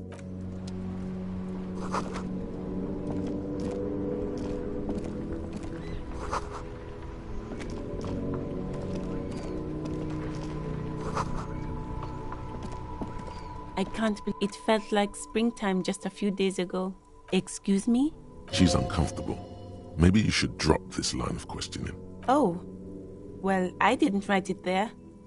I'm just sitting here.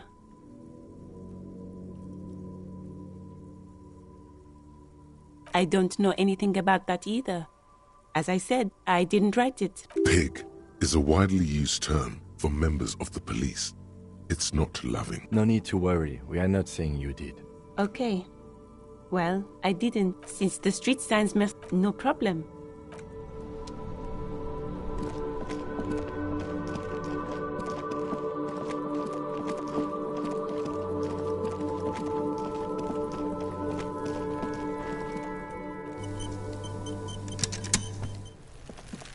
There he still is, looking right through you, with his white. The ammonia, the second time, not so much.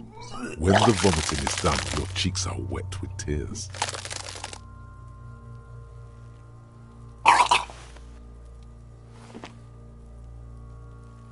Nor does the wind right now. The weight is reassuring. I've seen strong men turn themselves inside out for hours. That's probably a good idea. You need to get your shit together. No. You will get your shit together. For a moment, the Bitch fight, see? Bitch is about to... We should go and do something else. Give it half an hour. Then come back when you've got it. You've gained a thought. When this dialogue is over...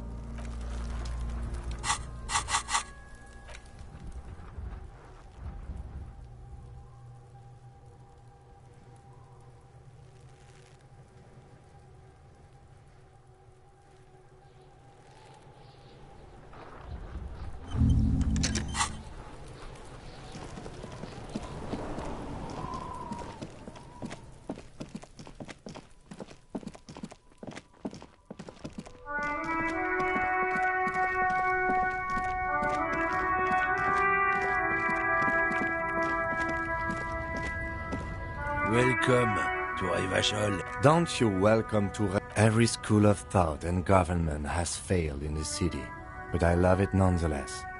It belongs to me as much as it belongs to you. It's men like you who keep Rivachol divided, making it that much harder for everyone to climb out of this post-war limbo. Oh, come on, man. I just said welcome to Rivachol. It's a lorry driver thing. I know exactly what you meant. You think my kind doesn't belong here, that I should watch myself and behave. But you see, I'm an officer of the RCN. It's a... Silence. That your partner needs backup. Now's your moment to shine.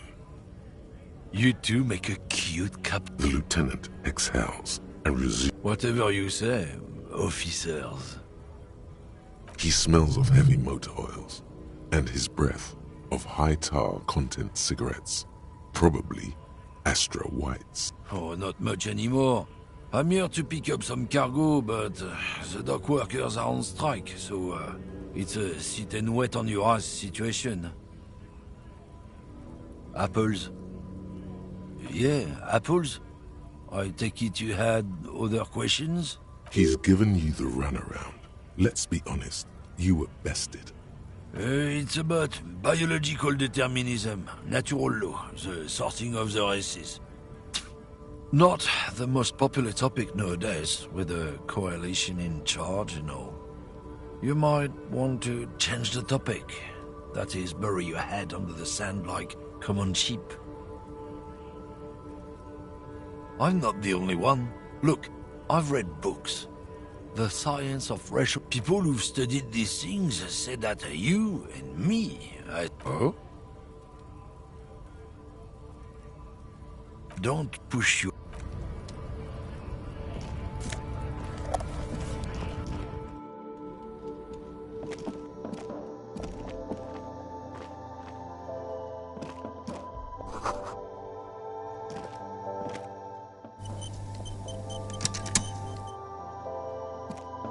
You see several packaged raincoats fill a low shelf beneath a display of croissants and juice bottles. The raincoats are transparent, except for the big Fritta slogan on the back.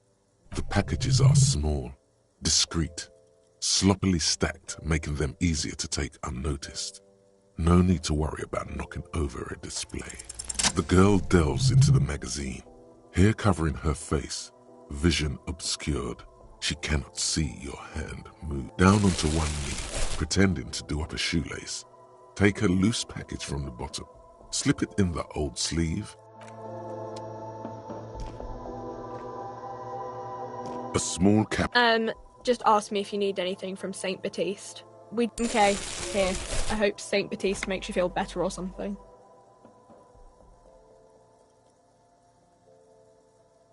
Yeah, there's like an ampule somewhere. I don't really know what hypnogamma is. I guess it makes you feel less shit. Uh-huh.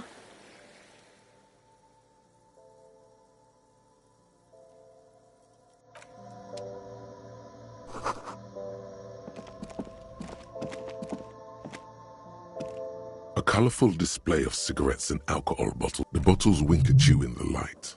The smokes too glitter in their wrapping. It's like looking into a kind of head. Guess not, no. I'm obliged to inform you that both alcohol and cigarettes damage your health. But I guess you already know that.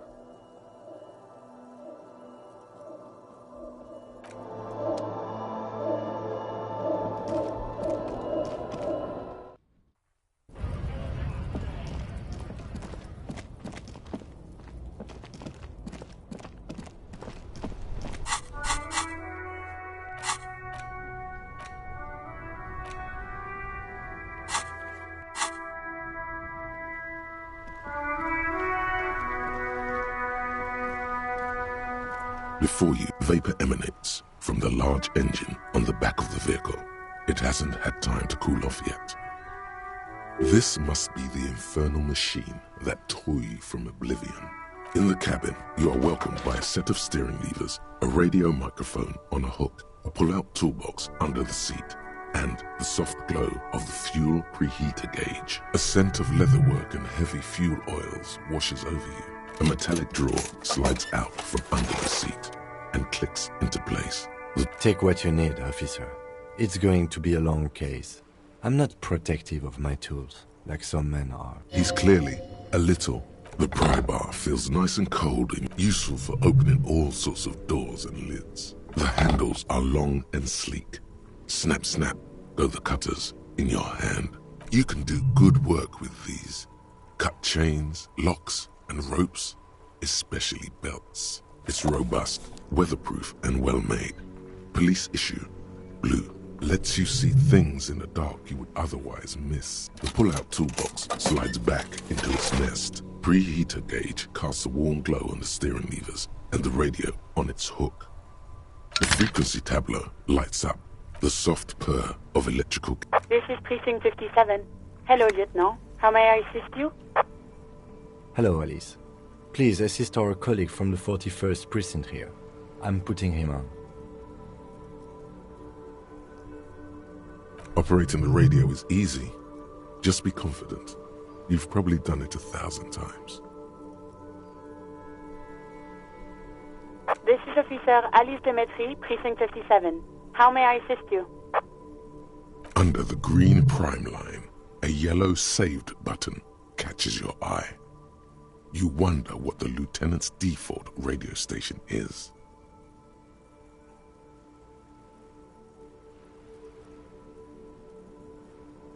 As always, it's DJ Mesh and Fellatio, and you're listening to Street Freaks FM, bringing you the hottest, the nastiest, the most vulgar. A flock of seagulls takes off nearby. Right away, the lieutenant reaches into the cab. Someone must have been messing with the radio, or maybe picked up a random frequency. You wanted the prime line, right? Oh, is that what it was called? Souped up motor carriage for one bad mama's boy. For the heavier foot and the freakier. God damn it! Look, it helps me to stay alert on long nights, okay? It's a method. I'm not some kind of speed freak or... Thank you. This is Precinct 57. Can I connect you to someone? Of course. What is her number, officer? Yes, hold on. Her number is 005-1944-298. Received. Hold on, officer.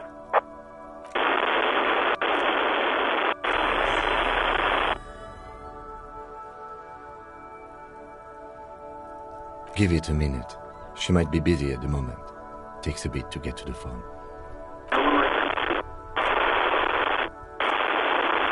Officer, I have Sylvie Malaika on the line for you. Yes, hello? Oh, right. Hello, officer. What can I do for you? You mean, why did I leave the bar? Honestly, I'm not really comfortable discussing it with you, sir. What? No, why would you even think that?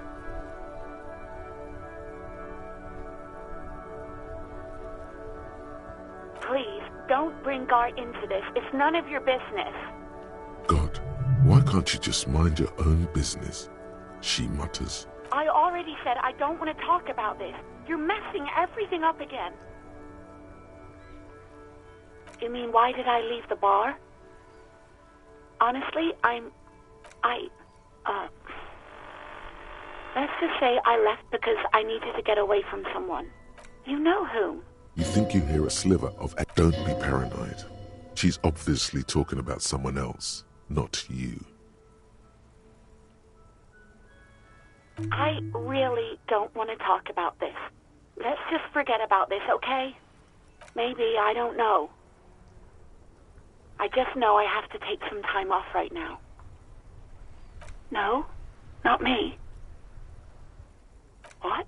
Of course it bothered me. But I thought the union already knew about the court. No one calls the police. The union would get out. You know, what the union says goes. People listen to them and they take care of their own, which is like everyone here. Okay?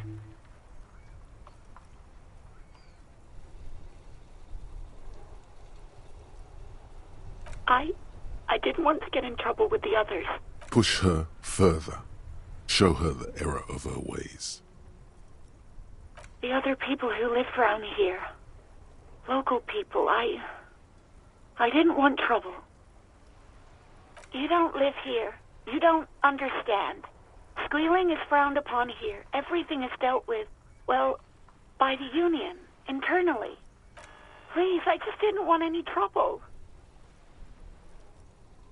I didn't know I had to report it. I thought someone would take him down eventually. Yes, I know. It's just... Was there anything else? No, sorry. I don't.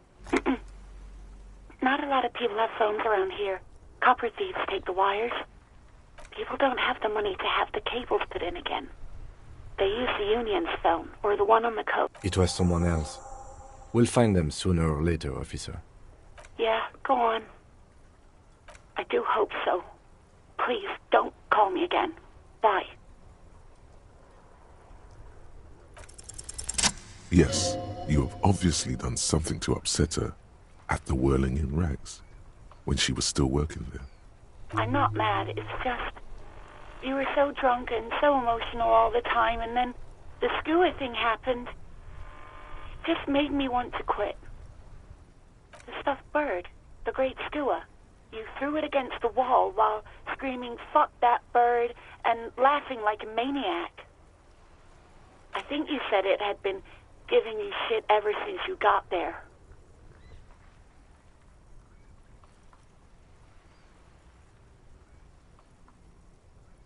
Okay, officer. Yes, obviously. You were the worst client I've ever seen. And I have seen so many assholes in this place. I've had sailors fighting, Union guys grabbing my ass, kids stealing booze.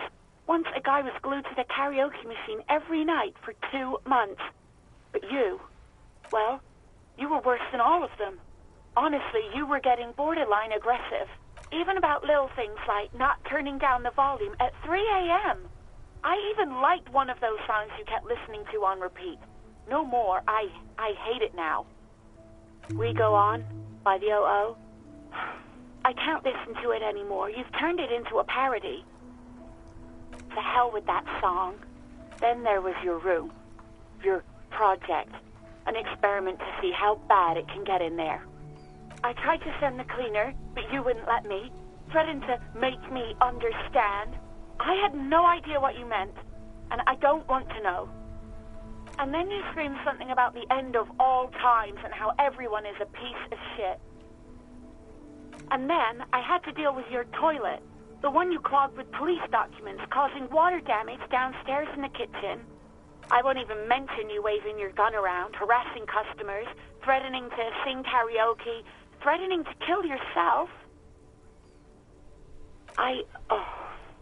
The ones I had to wrench out of your toilet.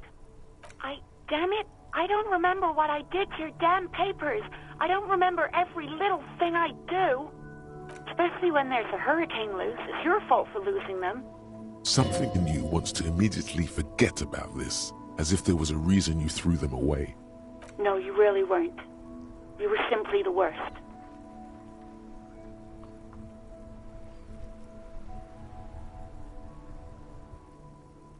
God, I knew I shouldn't have brought it up. Just try not to call me again, and let's pretend it never happened. Wait, really? No, this is absolutely not true. I like Guard. I really do. No, I was actually flattered. I've always liked him. It was just bad timing, with the corpse and all that.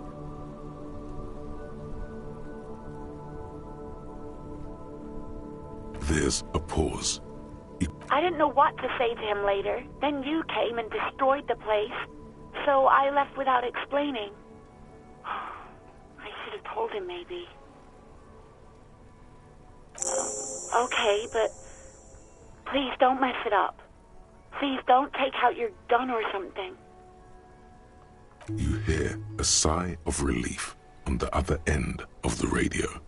Wordless, the call breaks. Then, Anything else I can help you with, officer?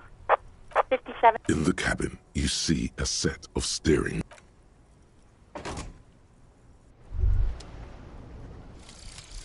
volumetric ship compressor. Bizarre scientific news from Revachol West today, where a police officer's shit has been observed at a pressure of around 495 gigadecimals. These metallic hydrogen levels of shit togetherness were thought to exist only at the center of collapsing stars, not law officials. It remains to be seen how long the shit singularity lasts.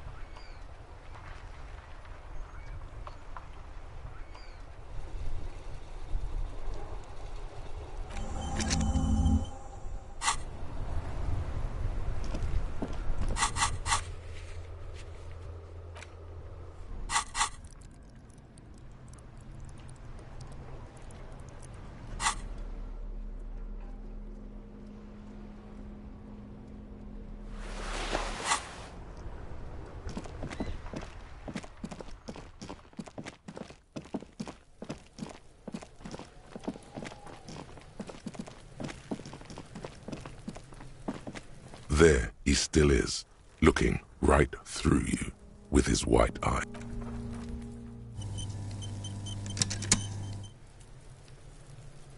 There he still is, looking, ha ha ha.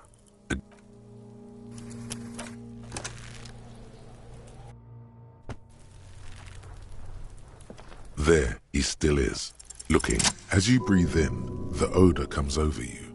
It's a spell of the mind telling you to run, and your stomach to wring itself empty, with your hands at your sides and your eyes squint. They do after 7 days, yes.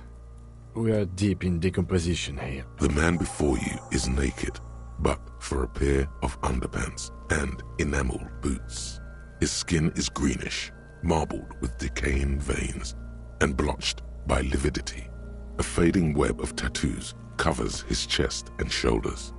The cargo belt used to fasten him to the branch above appears industrial in strength. The material appears to be ceramic. Its clean white stands in stark contrast to the decaying flesh above the knee. The man wore thick polymer socks, probably for padding. A fine array of interlocking plates covers them. Delicate and fragile, they feel alien to the world around you. These are clearly not boots. They're armor. Indeed. Technically speaking, these are sabatons, not boots. Ceramic plate. Zirconium dioxide, most likely. This is where the make would be. Under the heel. Fair weather. Fair weather model T500 VE. I'm guessing that's vitreous enamel. This is advanced stuff. The locals probably scavenged it. It would be odd if he had more on after 7 days. We should keep a lookout for these pieces. The armor could yield information. Maybe he'll know something. The sabatons dangle off the man's decaying form, ageless, and the cadaver slowly twists.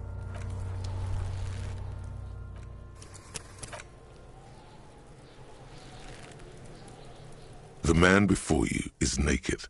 The material delicate. These are clearly not. The cadaver slowly twists on the cargo belt. The material delicate. These are indeed ceramic under the heel. Fair. The stench fills your nostrils. Stop! Pig's gonna pull his head off. Brutal! You're about to pull his head off. Do it, homo! Stop obsessing about your sexuality, officer. You are about to seriously compromise the coroner. What are you trying to achieve anyway? Why are you hanging on to that boot?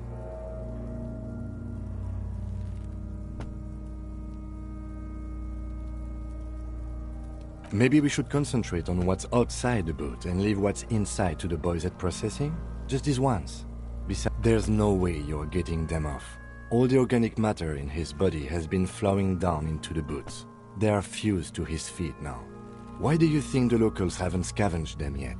You're sure there's a way to peel them off, but first the body needs to be down, and second, It would probably be better if the lieutenant wasn't. The anticipation makes you crack your fingers. Feels nice. Nice. Processing will take care of them. With the situation in the morgue, it will yield nothing. But we must pick our fights. Should we continue?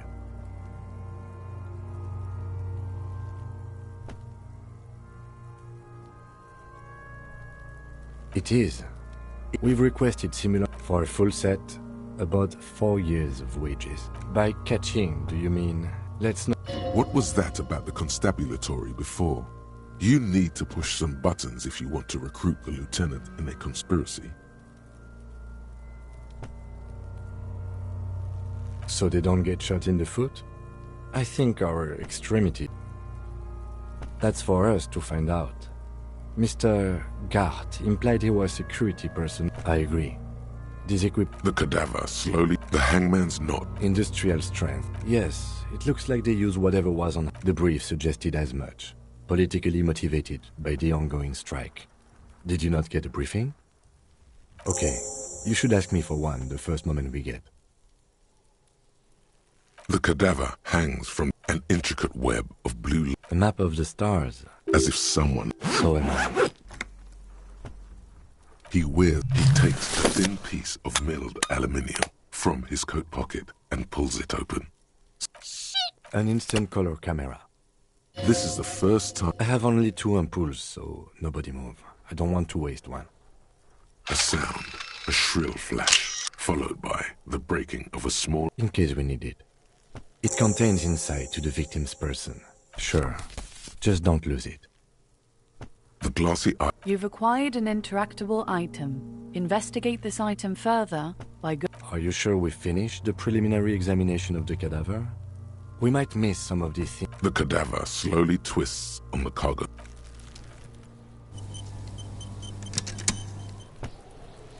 The man before you is naked.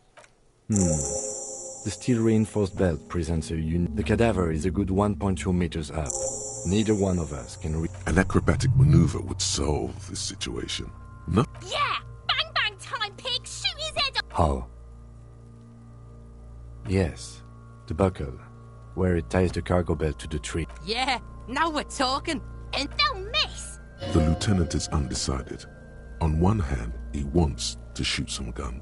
On the other, I'll blow his. Take it! Yeah!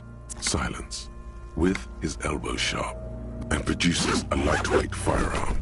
He drops a paper cartridge in the barrel, separates the scouring stick, and gives the cartridge 5 tucks, securing it in place. He then steps back and assumes the fellow's desk position, taking aim. The corner of his eye twitches. His finger is on the trigger. He's gonna fuck. The kid's voice is drowned in a shrill blast that echoes off the walls of the surrounding tenements. God damn it. A lot of things were wrong with that shot. The fellow's Stess was the wrong choice. His shoulders were raised, but above all, he cannot. Fucking idiot! Mookabat asshole! Kuno could have hit it easy, but then Kuno's not fucking handicapped, is he? Kuno said. The lieutenant doesn't say a word, just looks at the. No, we are lucky as any more mistakes could put us in an unfortunate position with the locals. Remain collegial, officer. It wasn't. I have to say. You know, you don't feel like too bad of a shot yourself. It's bad as it is. Us shooting firearms like punks. They only have. Oops. This is the sorriest pair of pigs Kuno's ever seen. Officer, why do we only have one gun?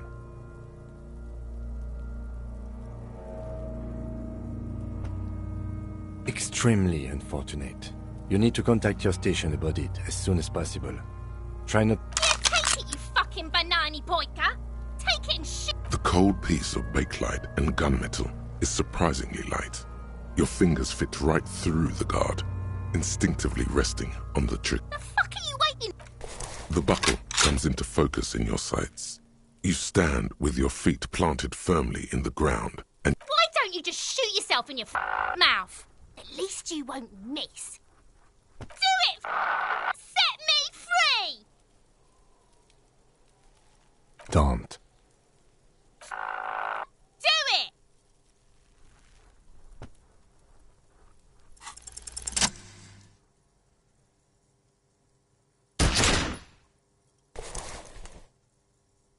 The sound of the explosion from your gun echoes all over Martinez. The bullet found its way to the heart of a kid.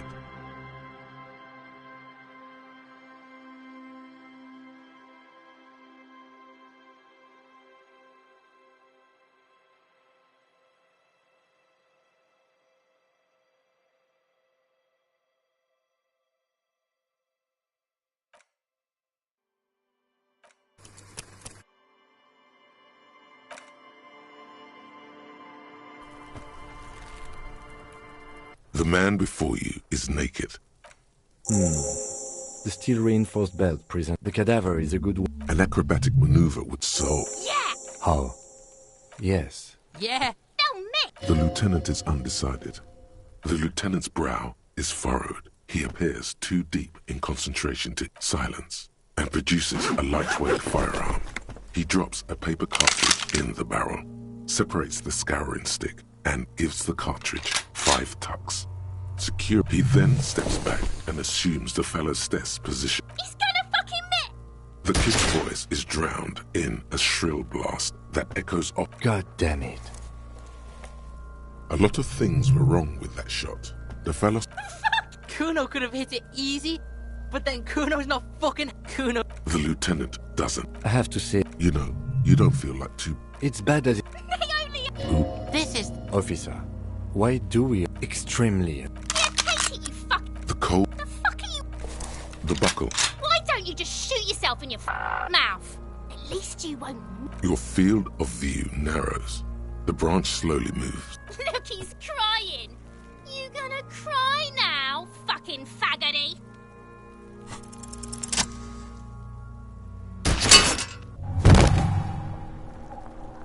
The buckle explodes into tiny pieces, coming loose with a whir. With your hand numb from the recoil, you look at the body slump down. For a moment, the man appears to kneel, looking straight at you, helpless, trapped within itself. Communism.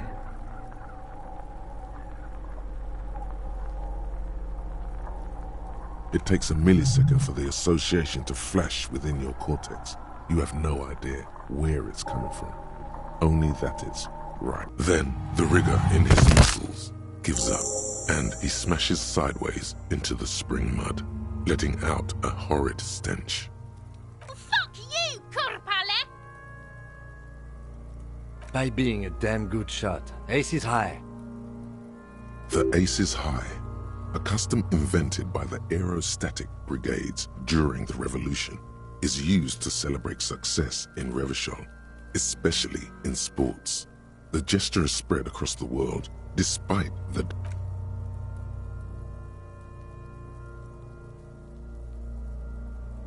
The lieutenant takes a little hop to perform the customary salutation. Your palm hurts from the slap. I knew these guys were Kuno cracks with laughter. Sounds like someone strangling a seagull. I knew they suck each other off! We will perform a field autopsy and determine the cause of death. But before... Slumped on the ground like that has not improved the way the corpse smells. The fall seems to have released something deep inside it. It looks like I feel like taking a break from the stench. I'm sorry to interrupt the jubilations here. Just a little... In the meantime, we should try to interview Evrard Claire, the leader of the union. Harbor Property. Or we could ask around for the representative of the logistics company. My initial information says the Wild Pines have... You could ask the gardener for directions. Yes. And those were the interviewees.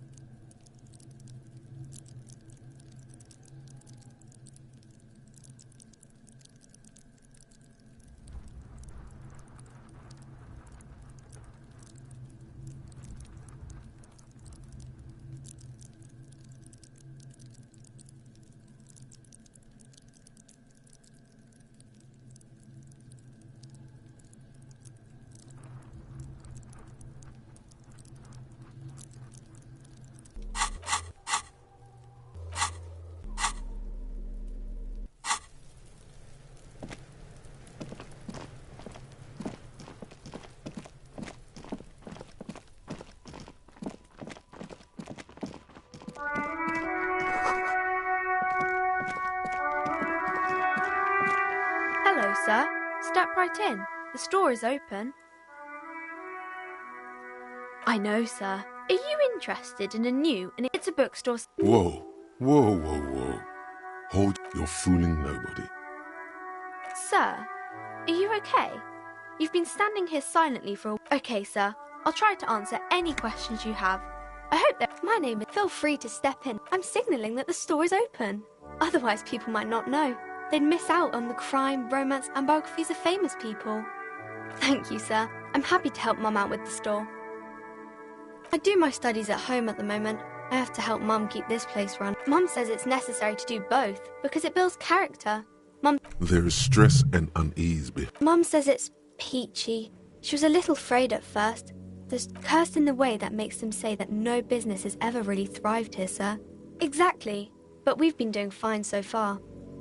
We can go into the bookstore and ask about the... Yes. Please do also look at our wares inside.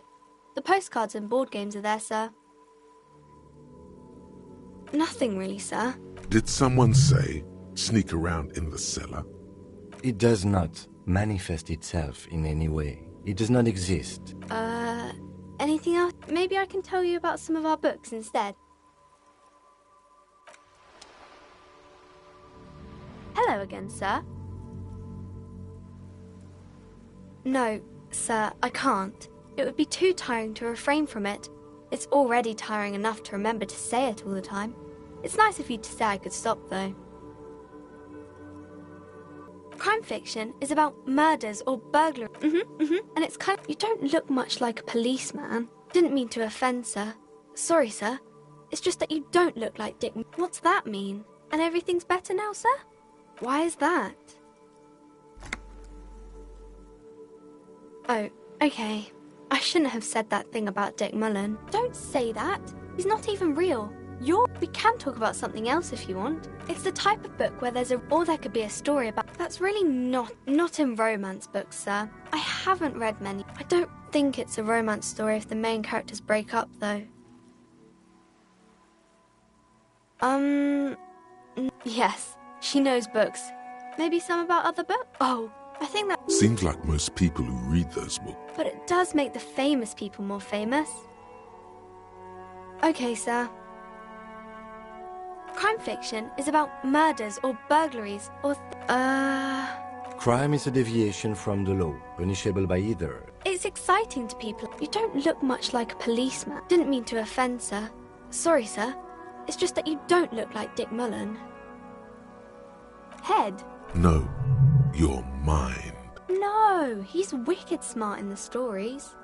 Like you, sir, of course. Maybe you can show me some real police work, sir. Like in the books.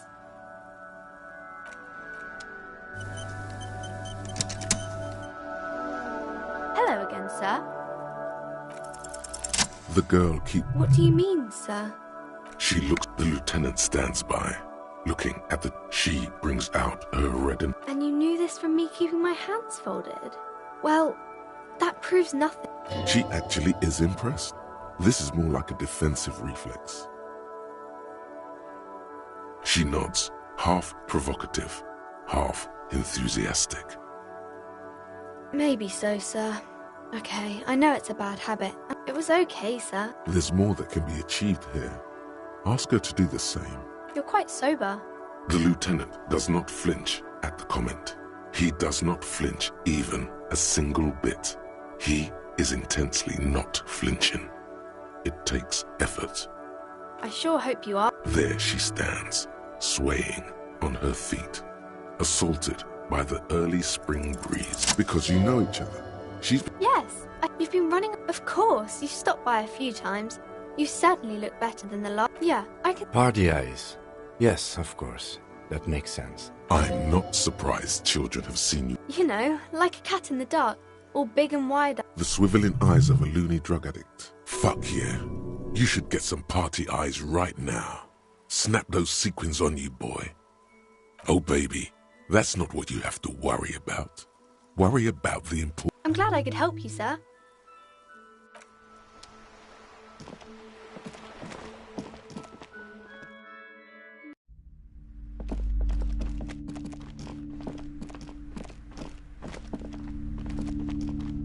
Several maps. The maps look old and faded.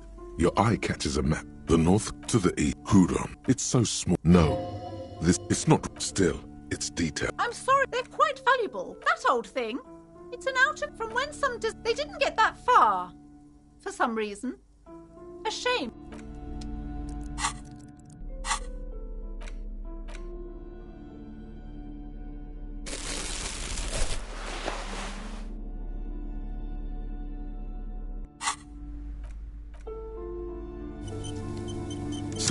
The maps look old and faded.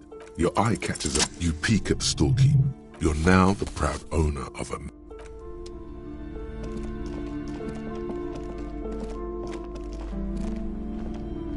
Welcome to... Be welcome.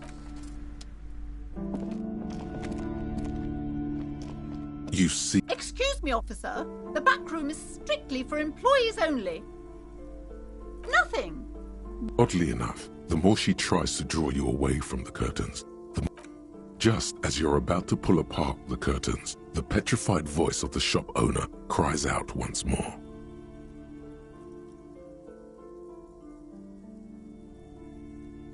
Sir, don't touch that. I told you it's off limits for the customers. Parapsychologically speaking, we're done if you decide to open. She looks away, mumbling. No, it's just a storeroom for the employees, I told you. Now please step away from... You do? My God, even more reasons not to mess with the curtains. Just why? It's not like anyone... I am sorry, I don't mean to... The curtains do seem frail suddenly. Thank you. You see a tattered set of curtains. You see some kind of charm, aside from poking at it suspiciously.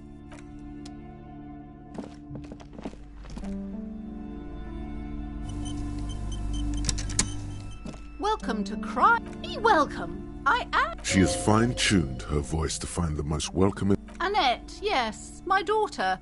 Wonderful. Did you talk? Great. On a scale of my precious, her dedication brings joy to my heart, as a young girl should be. With the proper attitude, she'll have a bright financial future. God, I've told her not to do that. It's such a disgusting habit. She can, if she has enough willpower. Come on, ma'am. It's obvious she can't do anything about it. You are placing an unnecessary burden on a young child. She stands stiff. Oh, no. Hold on. There. I don't know what to say to you. My husband, he tries to teach me business lessons. I have what my mother called a dull mind.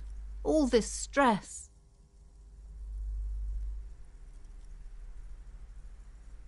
She's been too busy helping me here.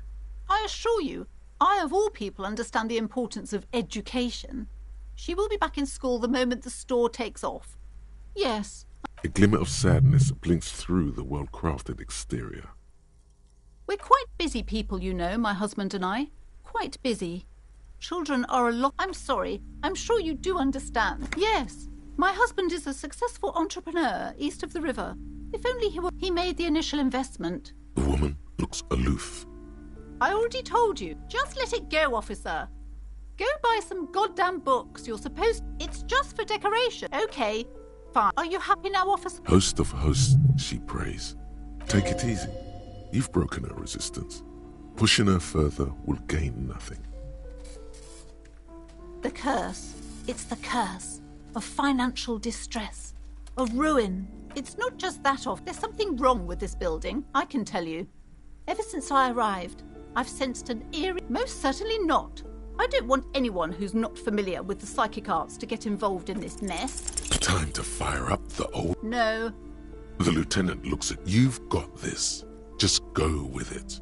This is elegant. Stop being such a fussy prude. You can't The woman looks aloof. Her features much...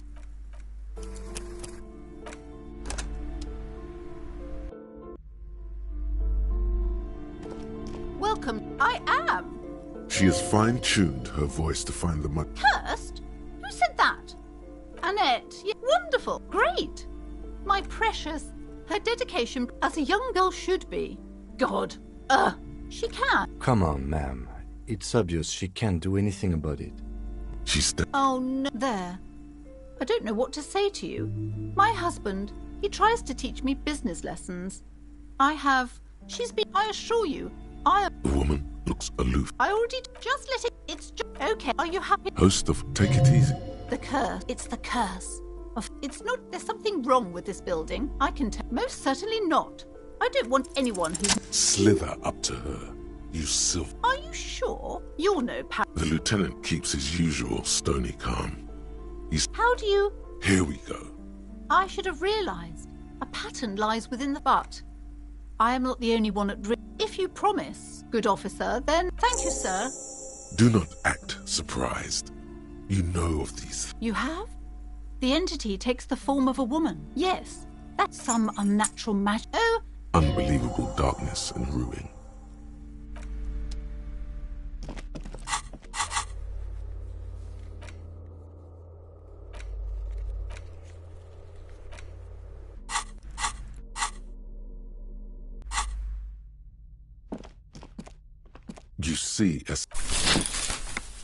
You see. Oh!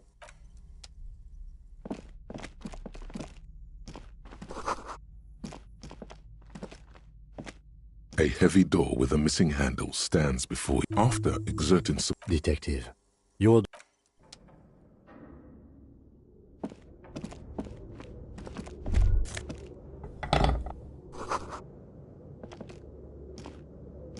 What is this place?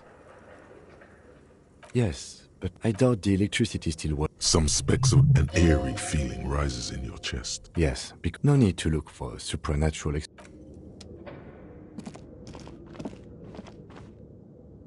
A barbell. It's 60 kilograms. There are no collars on the barbell. This is a safety hazard. You're right. The weight may fall off. Better not touch it then. No one does until they get smashed under the barbell.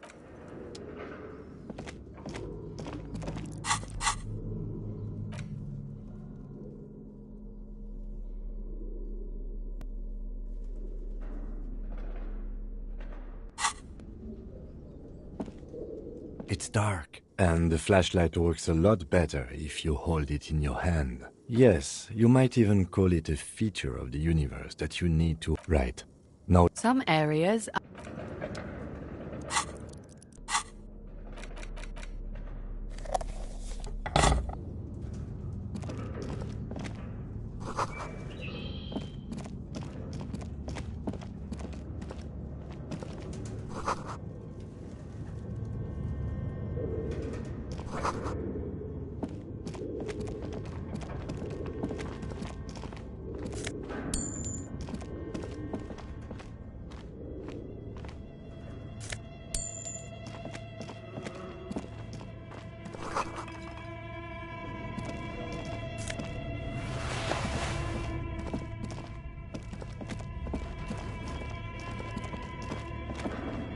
Your flashlight slides up some of the writing. It's Vara the hull. An inordinate... Some people really like building a... Well, just look at those details. The handwriting. The full text reads. This, it looks a bit as time goes. Looks like they did. A note in the photo entire. You see a pinned postcard reads. Inexplicable feminist agenda. There is something you need to see, sir. We found the remnants of an ancient artifact lodged in your hypothalamus. It is a cylindrical object, piss-weathered and smelling of liquor. The paint is peeling off, but you can clearly make out the letters Revolutionary Feminist Agenda on the hull. It appears that some time ago, before you became a joke, you were an actual feminist. Somehow, you've come to that conclusion.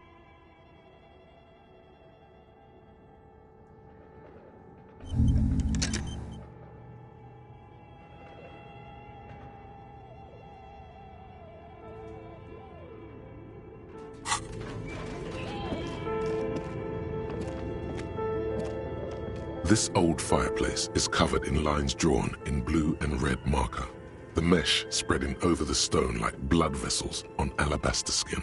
It looks ghostly and strangely ancient. Radio frequencies, it seems. UKV 123.6, UKV 123.7, UKV 123.9. Some written notes, too. Sparse and cryptic.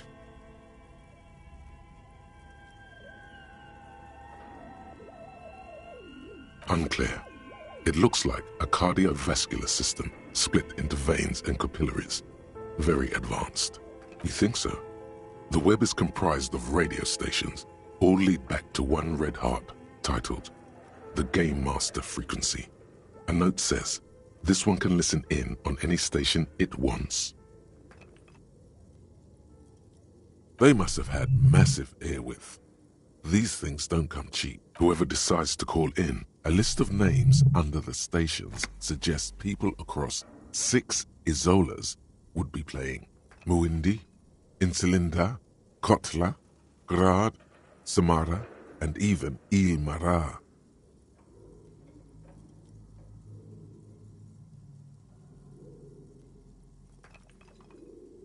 All of this is gone, left unrealized.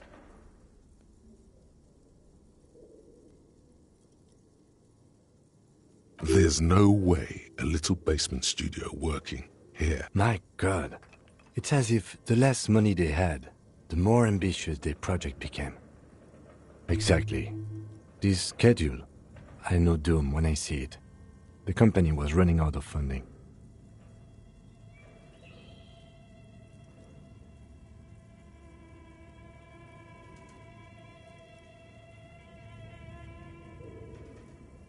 Nothing. It's just lines on marble. An echo from time.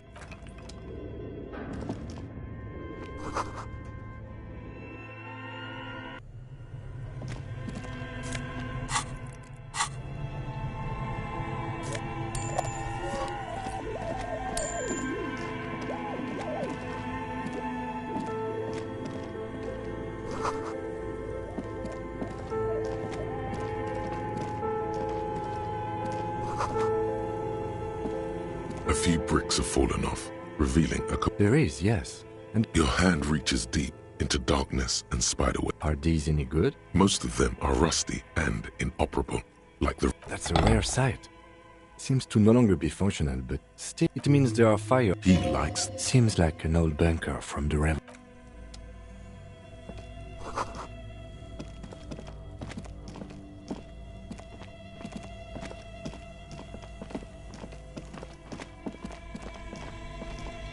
You see a terrifying ice, a gust of freeze. The lieutenant takes a peek. Of course. Let's take a look inside. The shelves are empty.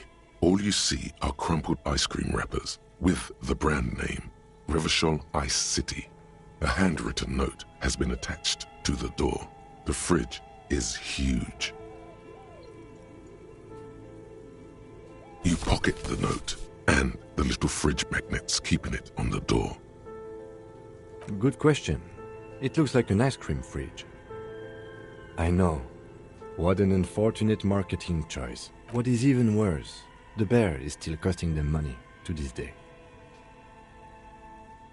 The fridge buzzes with energy.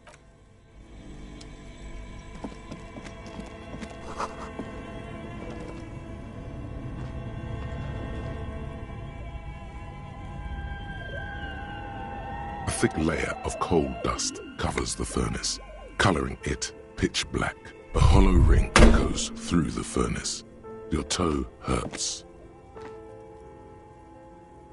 It's dark and grimy here. In the darkness you can hear chatter. The echo is so prominent. What are you doing? Wait, really? We should investigate, see if someone...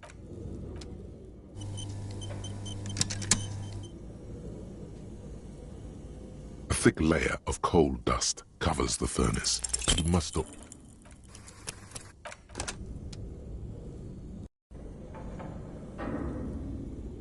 thick layer of coal dust covers the furnace. You must...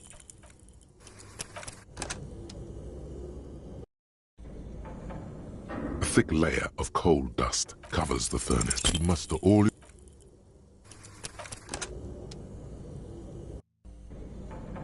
A thick layer of coal dust covers the... You muster all your...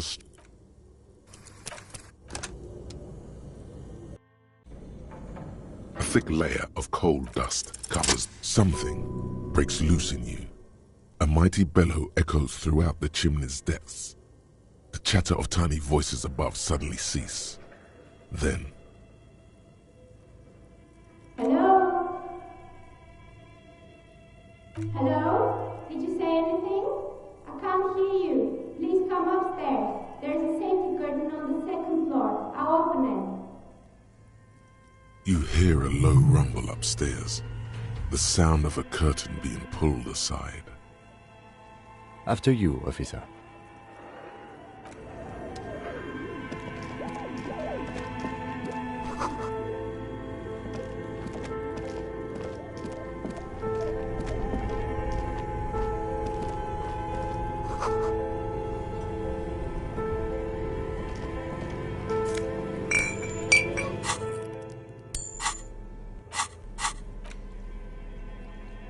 The note is written. Does it say any? This is tangential at... Someone has scribbled. S. I can't believe the off-site copy is still here. The illiterate ginger kid keeps stealing stuff from the studio, so I had to hide it somewhere safe. You'll find the filament memory with the off-site copy in the frozen ice cream maker. Please take it home, ASAP. It's important. I'd do it Really? You don't have a single guess? Oh, I'm sure that child would love to get his hands on the filament memory. Even if he doesn't know what to do with it, he'd probably try to pawn it for speed, based on our... This orange machine is buzzing like an old submarine. It has a hand... 2 cables are plugged into the breaker box. The red one, something close to you. Why did you do that? The lieutenant raises his breath.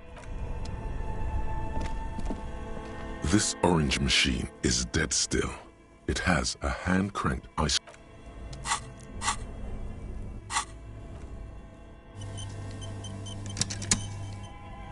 This orange machine is dead still.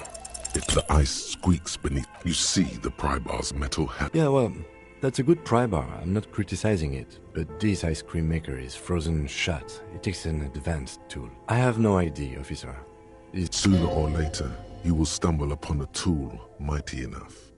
Then we will know what's in this mysterious ice cream maker.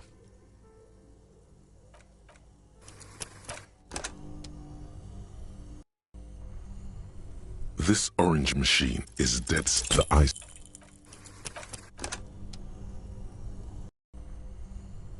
This orange machine is dead. You see the...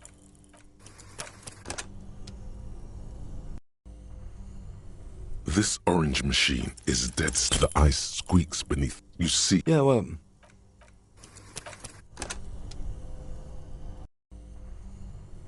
This orange machine is dead still. The ice...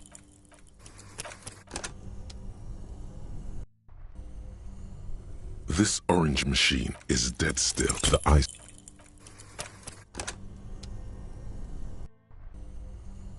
This orange machine is dead still. The ice squeak...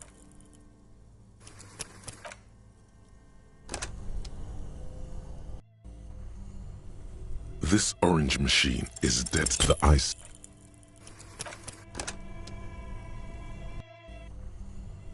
This orange machine is the ice...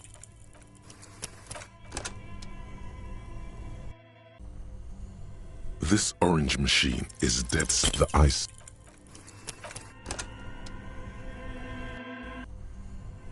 This orange machine is dead. The ice... You see...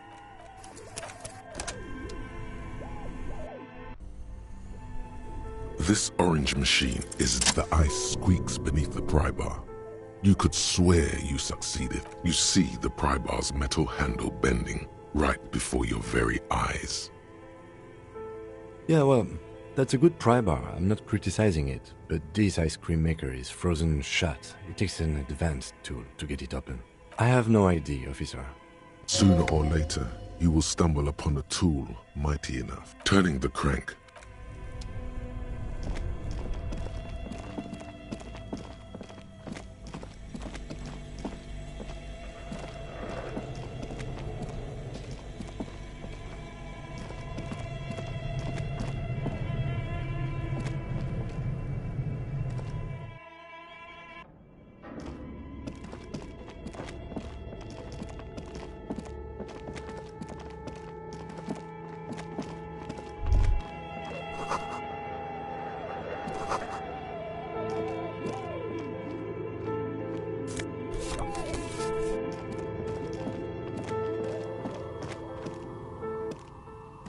Hello. Did you try? So what? She's got a direct view to the backyard. You should I'm a novelty dice maker. Tell me. You know, I usually have. I might. It's really hard to make it. Well, during the. But I never saw any. It's an odd profession. She know. Anything else, officer? I've heard the stories. It's just Capital Plaisance, the bookshop lady? I've heard it. Oh, right. But it's not just the bookstore that's still up and running. What about the whirling in rags? Some people. You could say so. Both houses were built at the same time, and then there is me. I've been here for 14 years, selling novelty dice to role-playing enthusiasts. Not exactly a million-real business idea, yet somehow malignant entity? What does that even mean? Exactly, but I'm glad we got this sort. Plaisance is not going to like what you have to tell her.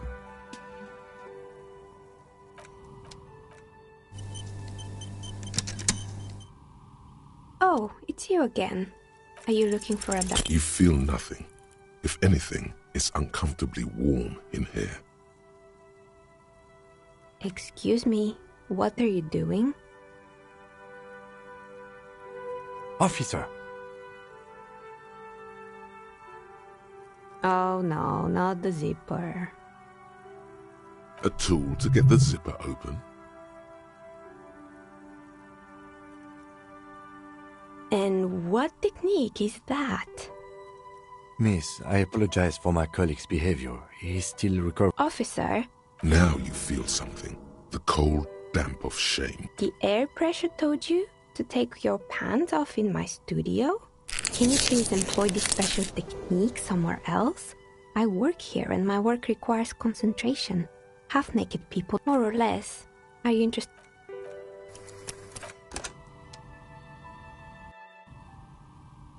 Oh, it's you again. Are you looking for a die? You feel...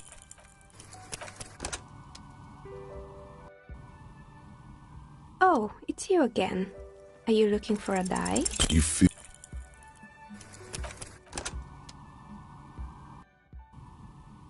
Oh, it's you again. Are you looking... You feel...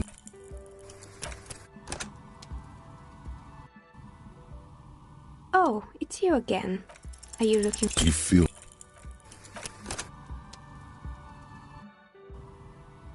Oh, it's you again. Are you looking... You feel...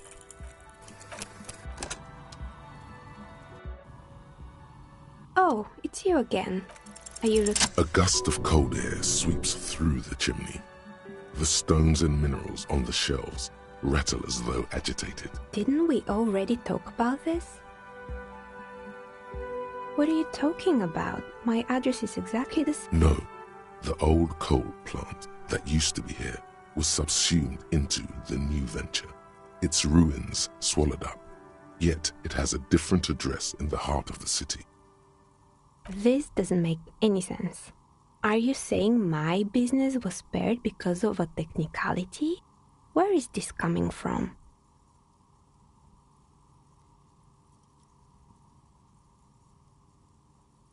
And what? Does it mean that I'm safe from failure? She starts laughing, her fingers trying to rub away. Do you know what this is?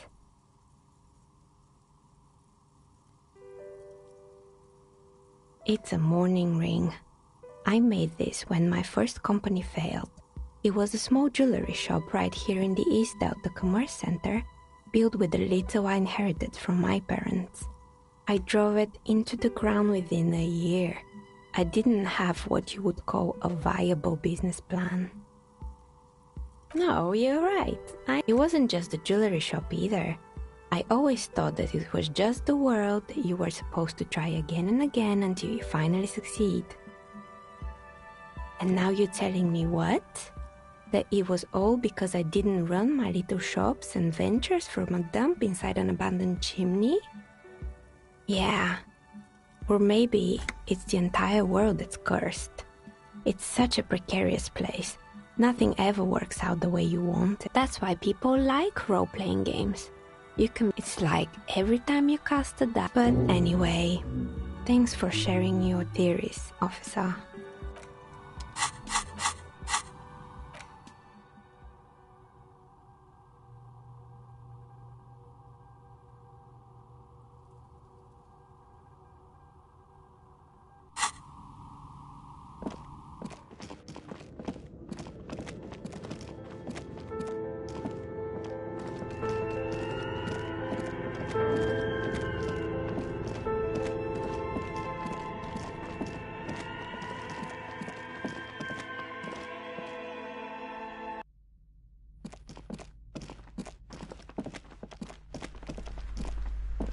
You're alive and... Yes, yes. How was it?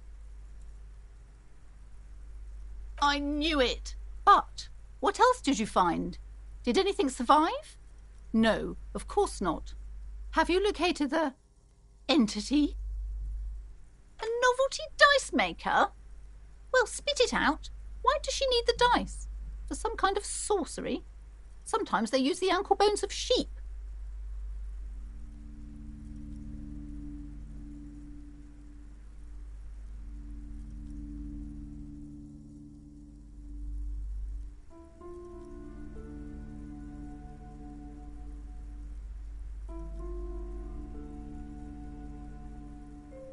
I don't understand.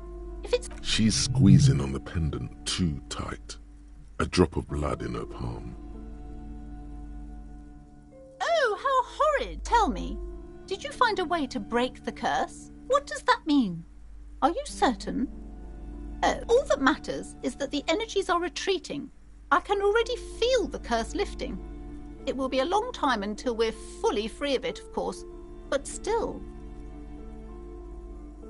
Thank you, officer. Truly, you've brought a better psycho-emanation to this humble bookstore, and that's no small achievement.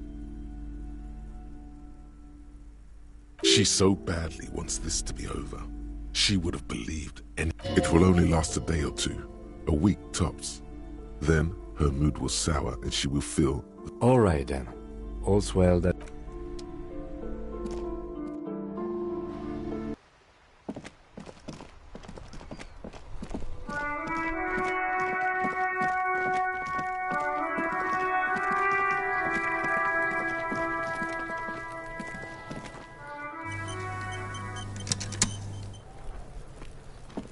Rotting man, the lieutenant adjusts his glasses and takes a deep breath. I thought we decided to... Damn it. Come on, officer. You know what a field autopsy is. You've done 100. I hope we do. It's getting...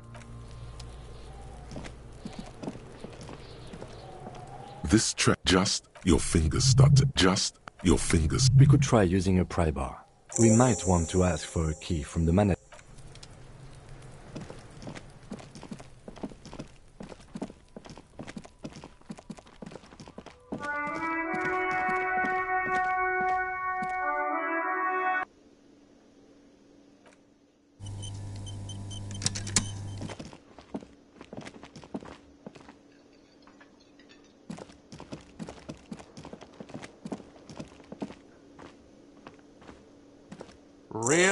Damn, your feet thought we got away.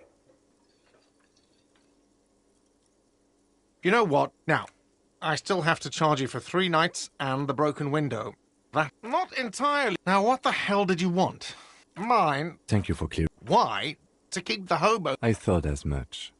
Well, yeah. It seems a little callous. Prod at him and find out. Callous?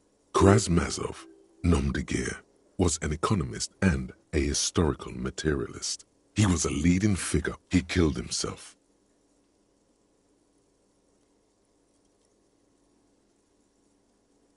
What are we talking about?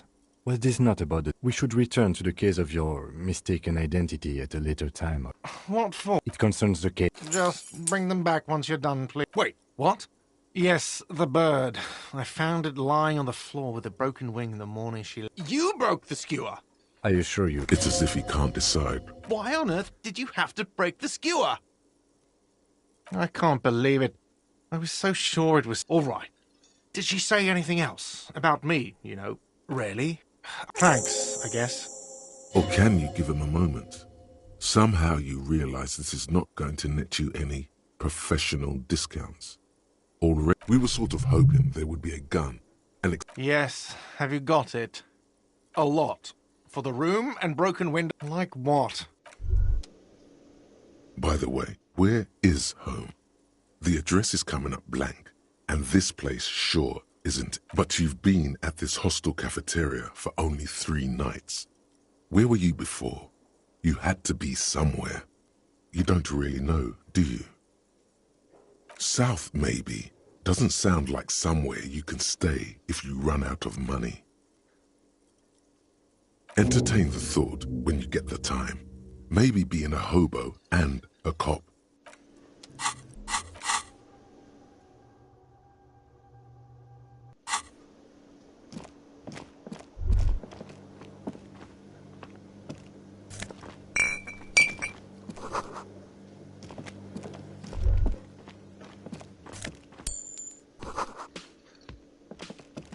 You see a heavy steel door. You do? It's a door eccentric. But okay, I suppose we could look into it. He's not bothered by your eccentricity.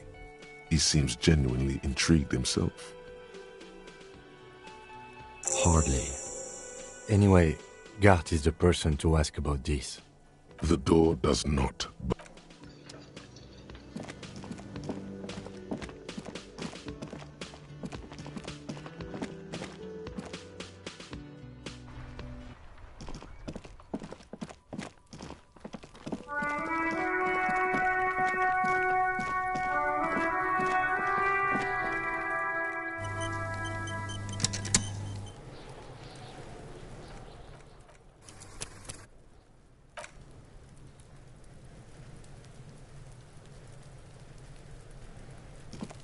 The rotting man lies on his side with his eyes looking straight through you.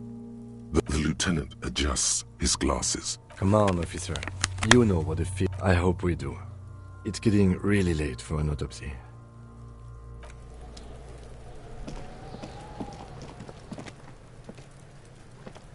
This trash container is locked. The sliding lid has a padlock that says, well, with a well, don't. Maybe you shouldn't. Maybe you shouldn't. Of course you should. This is your time to shine. The smell of rotten food rises to greet you. You see soggy cartons, dirty rags, and organic waste. We're just in time. This hasn't been emptied for over a week. Wow, an Armistice caliber 50 knock cannon. It's a giant rifle. And is that a cordon elect? That's too bad, because none of those. All you see is only in its. Among the has the legs. The victims dropped them in guitar mark. The belt is missing. Something slimy. A drab. This is a military type overgarment. No label or serial number. This is the rest of the. All right. We should go to Gart again and ask if he knows who put the clothes in the trash. It could be as simple as someone from the hostel cleaning the yard. Or that one. I'd advise against. Not really. All we... See? The lieutenant nods, then looks back into the trash container. It's just organic. What's this? A blue piece, something large. Officer, is that? Yes, it is. Look, if you don't mind my asking, how could you have let your paperwork end up in the trash? What are you talking about? Doeth thou also thorough inventories? You should take stock of your notes. Make sure it's all there. It would also not hurt to start taking notes on the case. Now, some items, such as the ledger you found, are... You see, you've done this before. No. So good practice for dump. A box falls into pieces in your head. The container sounds a muffled gong. That's one thing off the list. Tremble. The time is now. Ta'ola. Time for the show. For Ta'ola. The hallowed time of fear and disintegration. A countdown has begun. All will collapse on itself. The world will disappear into a single grain of blackness. All sound will be muted. All life will scream. Ulogu theodos, xino zausin, ipoli osithien, echondes fronisin.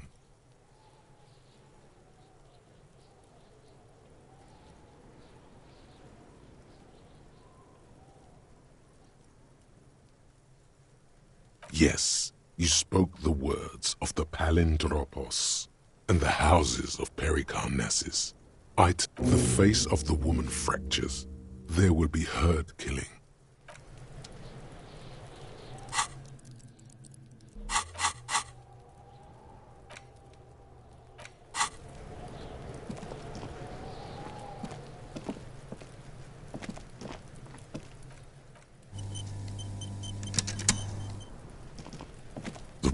The lieutenant adjusts his glasses and takes a deep breath. Come on, officer. You know what if there truly is a time for... I'll ask you when I need you. Yes, you see, the field autopsy form is the dead man. Above those, an 11 field info... No, that's you.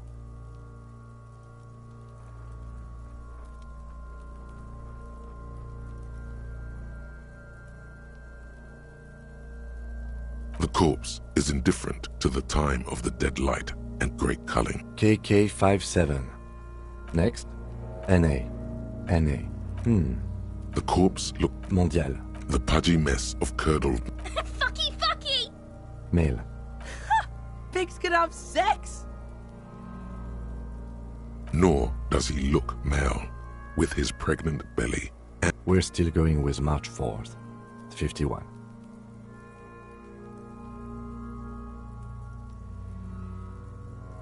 What else? KK57. None. At least not after the initial examination.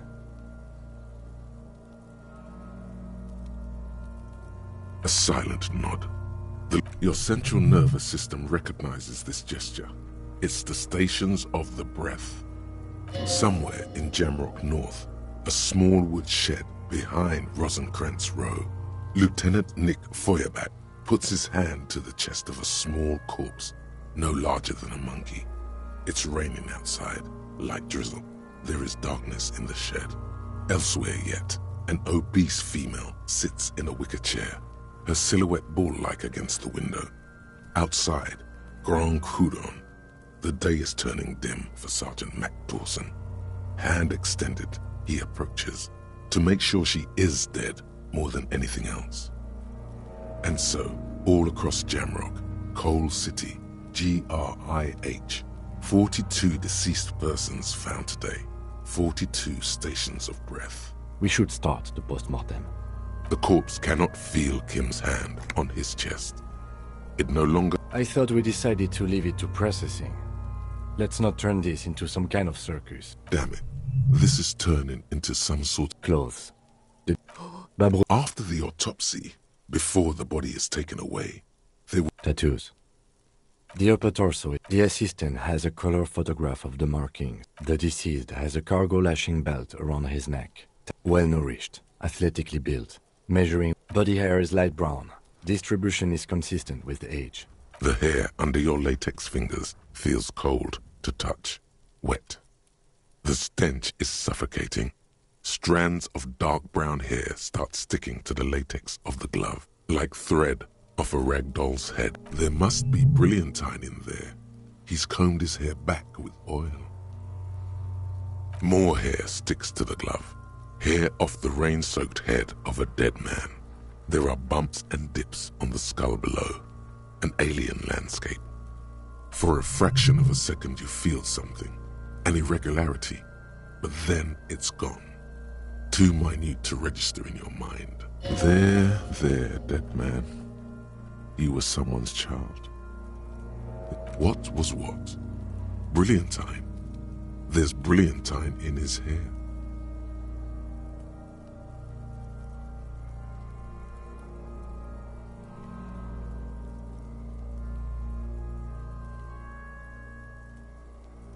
The lieutenant watches you in silence.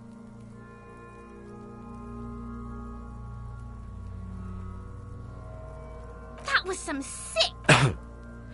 Lividity is consistent with... Fucking low velocity? You think Kuno doesn't know what you're talking about? Velocity was fucking max.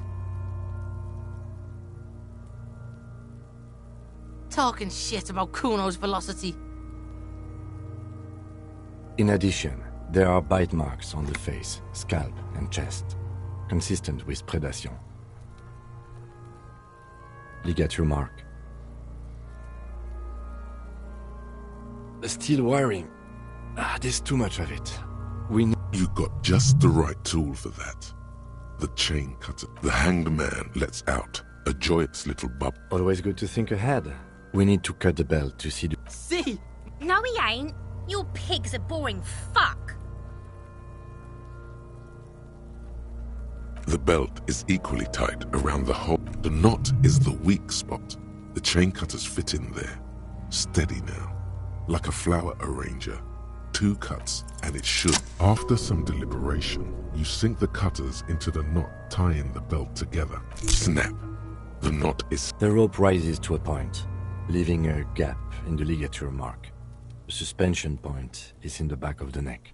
Hemorrhaging is observed on the skin. A chest is intact. No! I fucking knew it! This is clearly what they've been waiting for, ever since the autopsy began. The lieutenant is trying to make it as boring as possible. Genitalia is male and unremarkable. No evidence of injury. The dead man's penis is average-sized, congested from the downward collection of blood. The testicles are uneven in length, hanging underneath. The back is symmetrical and intact. In addition, I see smaller, residual. Last item. Hands. The hand feels... Hands are clean. No sign of injury from struggling. I was. Maybe I'm just not seeing them. Honestly, the stench is making it... Ooh. That central nervous... You don't eat... Musculoskeletal. Purge fluid is coming from the mouth. Not in... With his... You hear cracks as the lieutenant... Yeah! The hyoid bone, respiratory system. Oral cavity shows no lesions. The hepatobiliary, NA. Same for toxicology and serology, unless you have untapped reservoirs of knowledge there, like a toxicology screening. At this stage, I doubt processing will find anything, even if he was brimming with cocaine. But still, you should add cardiovascular. The body exhibits lividity in the lower extremity. Gastrointestinal. Digested semi-solid food in stomach. Voila. What's next on the list? Let's see. Be thorough if you want maximum results. Head. And your opinion, officer? Agreed. Next injury? So, the scalp bleeds from a post-mortem head injury. A stone. The injury does not have the rim of an early inflammatory response. The perpetrator on the scene has confessed to causing it post-mortem. At maximum velocity, fucko! Has confessed to causing it at maximum velocity. Coagulated blood sticks to his scalp and chest. Right. Next, a dark red abraded ligature mark, and I see hemorrhaging on... Below the note, 2 Think for a moment. There's time. That's it. We have established cause of death. Let's wrap this up. I pronounce this field autopsy. Well, we also requested a toxicology. We were thorough with the list of injuries too. We described them. I need a copy of that autopsy form for processing. He's thinking. You tilt your head, also looking at the corpse.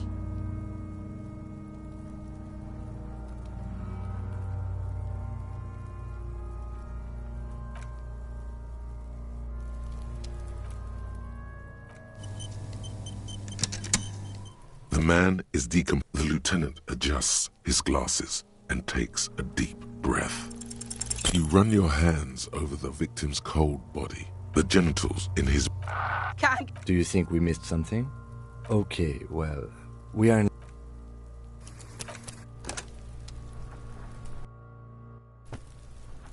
The lieutenant adjusts his glasses and takes a deep breath. You run your hands...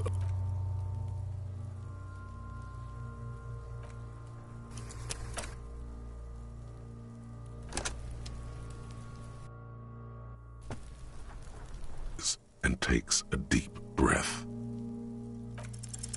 You run...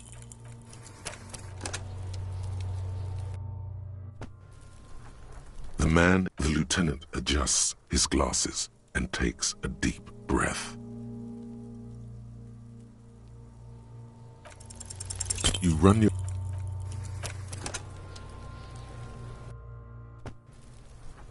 The lieutenant adjusts his glasses and takes a deep breath.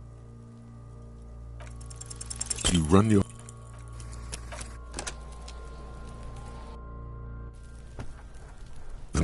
The lieutenant adjusts his glasses and takes a deep breath. You run...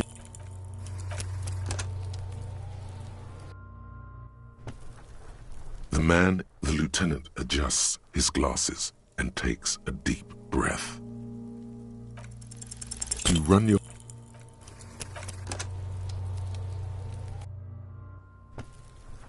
The lieutenant adjusts his glasses and takes a deep breath. Your arm reaches out.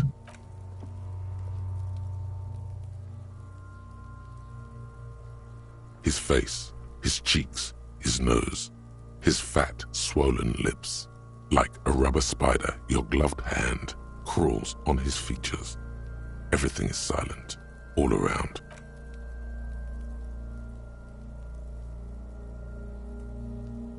The oral cavity is cold and moist. A ball-like tongue attaches itself to the base of the mouth, lolling around. The tongue moves freely in the cavity. The mucus of the mouth is slippery, fragile, even through the latex. From the soft meat, teeth are budding. Hard pearls of bone. Can you feel it? You're so close. A vision of black and dark red death. Pried open, you see a hole, barely visible to the human eye. It is swollen shut, almost vanished. Kuno nods, too. A black trickle of liquid runs into his... Your index fits right in there. A tight tunnel of flesh opens up. Tissue damage. Wide enough for 2 fingers. As you push both in, you reach through his mouth, right into his brain. The fuck is that? Ah, shit, see? Yes, that's what this part is called. The sound of his pen on paper. Fucking cavity, see? Quivering with awe. Your fingers are all the way in now, reaching toward the inside of his skull. The cavity goes. Your fingers reach toward his skull. His cerebral cortex feels like jelly. Cold jelly. Strange fluid streams down your wrist as you push deeper, until you feel it on the tip of your finger. Ice-cold serrated metal. Its edges cut right through the latex and into your finger. Can you get to it? There's a tiny crack, a protrusion in the cranium, right in the back of his head. Your finger must be pointing straight at it. From the inside, the object that is in there stops just short of the skull. This is the irregularity you felt before. The one that was too tiny to... We have the makings of... Forget about the fucking exit wound, Beano. Her voice is absolutely sizzling with excitement.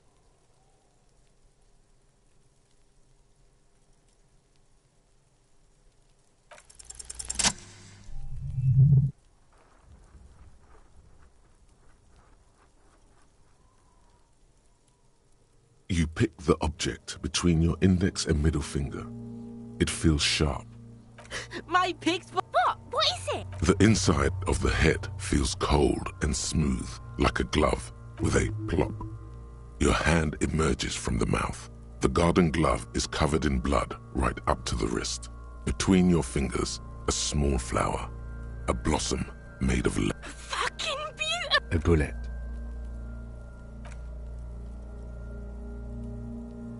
The bullet falls in the bag, leaving a smattering of blood on the plastic. He raises the bag under his eyes and says, A non-calibre. Rifle. Some kind of brittle alloy.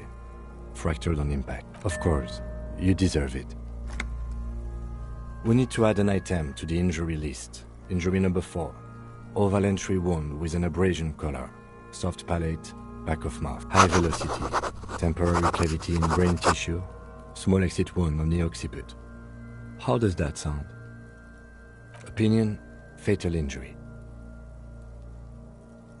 And one last thing. We should amend injury number 3. Ligament mark. He's proposing the bullet was the real cause of death, and the hanging an attempt to conceal this fact. Yes, and the belt around his neck. The hanging even dragging him to the yard. All of it was done after this man was already dead. I have had my doubts for a while now, since I saw there were no signs of struggle on his hands, and no claw marks on his neck. There have been other signs too, small details. Everything is too neatly designed for us to assign probable cause here, as we did, full-heartedly. Well, no more. Oh, you really do. I am glad to hear you say that. Your room in the Whirling in Rags should come with a Yes, we should... This little thing could reveal much about the weapon that shot. That's for us to find out, to hide something. The real key... We put him in a bag and carry him to the holding pen of my kinema. I would drive him to process it. One more thing. This was really good work, detective.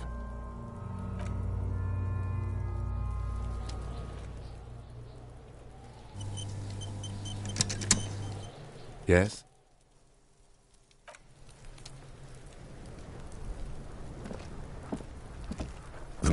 The lieutenant adjusts his glasses and takes a deep breath. I thought we decided... Damn it. This is... All right. There goes. Oh, well. I will need a little help carrying him. You take the hand.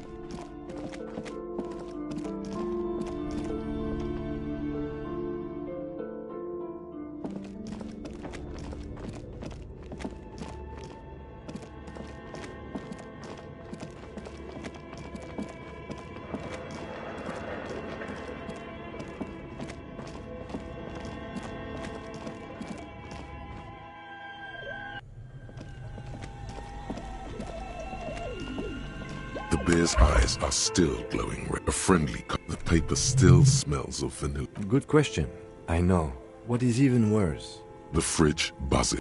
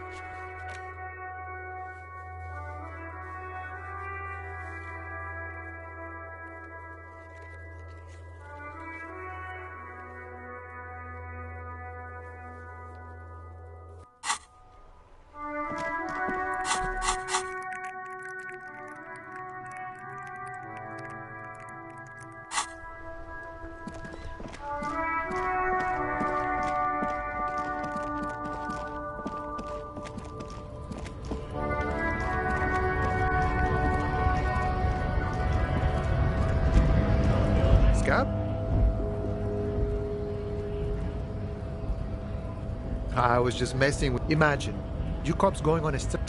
Speaking of, what brings the RCM here? To the Wild North? Come to see the strife? Oh, good, good. What matters do you want to discuss with Everard?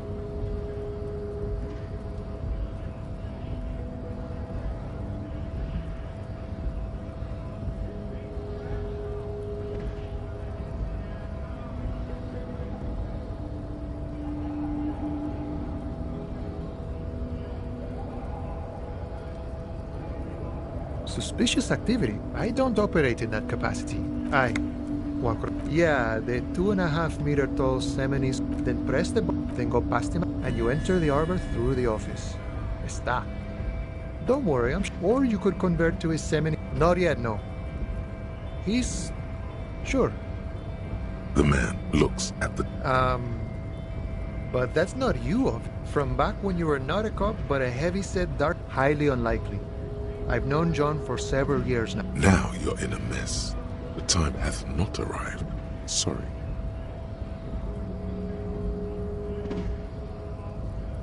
Oh, John's been out drinking himself blind again? No, it will prove useful still. Believe your thieving fingers. Oh, okay. Good luck with that. So, what do you need? Sure thing, my friend. I can help you out.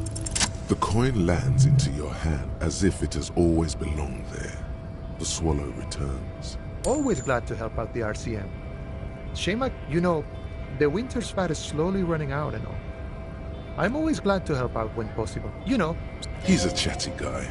Wants to talk. Aces high. For the rest of the world, the Aces High is just a cool Revachol thing, politically neutral. In Revachol, it still holds revolutionary connotations. Also, have you looked at Lieutenant Kitsuragi's clothes? He wears a bomber jacket, just like the ones worn by aerostatic brigades, and those cargo pants could store tools for hotfixing your aerostatic. Maybe you should ask him about this.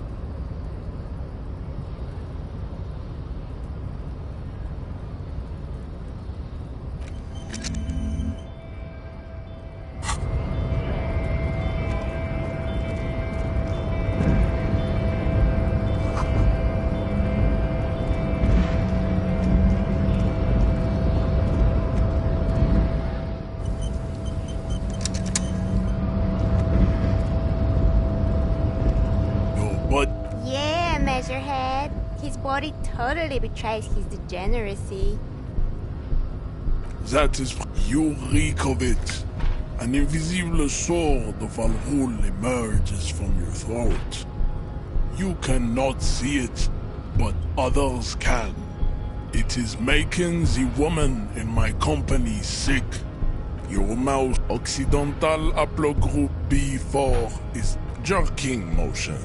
Signs of a late-stage neurodegenerative disorder. How far the Occidental Haplogroup has fallen.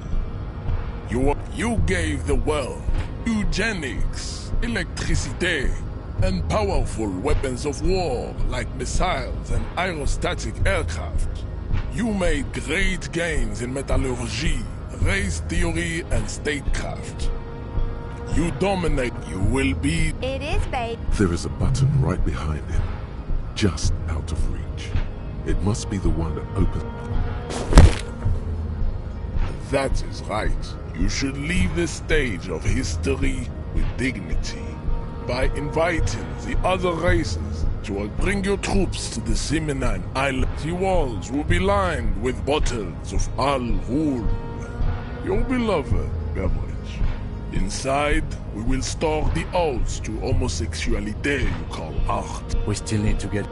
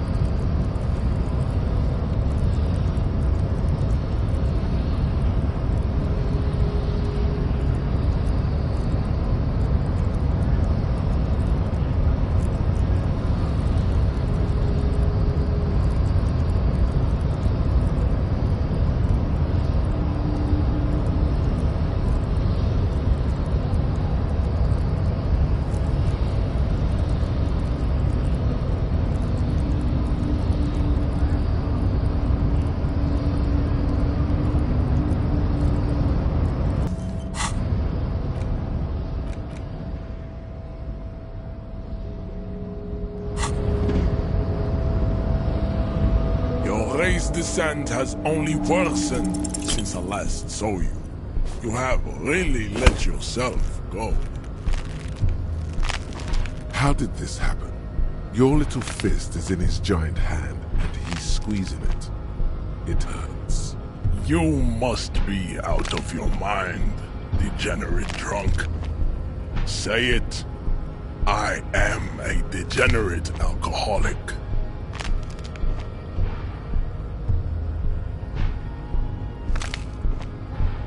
Your fist cracks in his hand like a ripe apple. Pain shoots up into your brain as he's twisting it. The words to the song have changed. Say. Your hand twists in his grip and the pain blinds. Good. Now leave before you humiliate your homoerotic organization any further.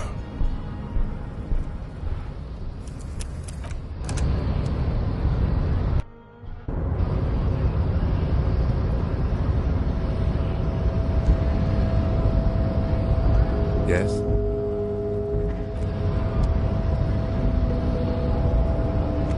Your race descent has only worsened since I last saw you. You have really let yourself go. How did this happen?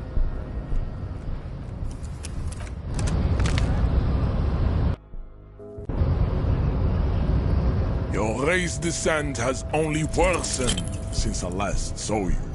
You have really let yourself go. How did...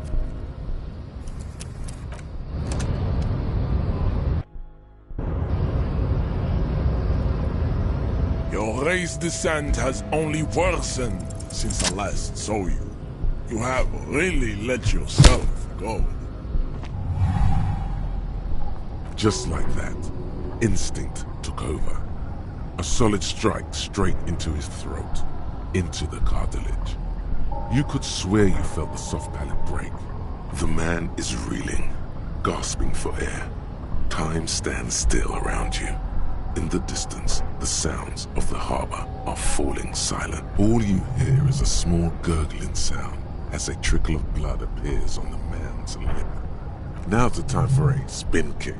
He expects the 1-2, not the 1-3-60. No, don't be a fucking ballerina.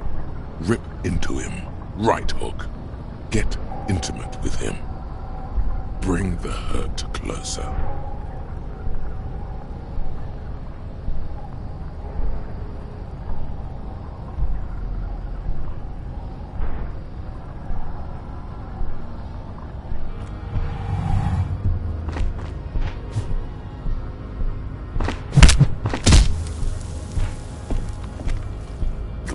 Lands with a dull thump, like a broken-down puppet of muscles and sinew.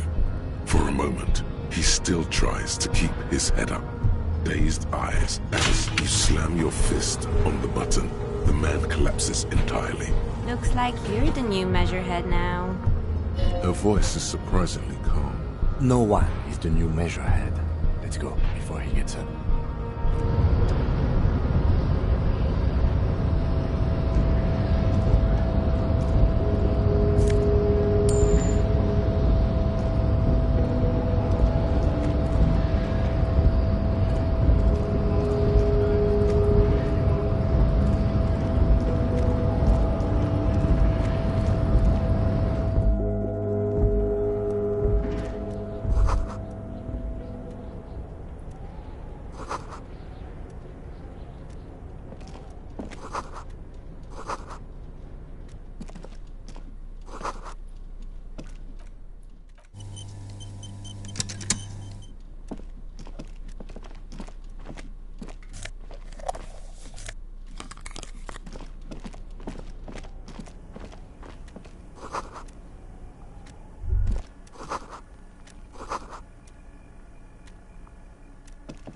An imposing combination of a punch clock and the machine swallows your coin and seems to be waiting for your next move. It's unclear whether you actually have muscle memory. Right now, you're undoubtedly sure. Why?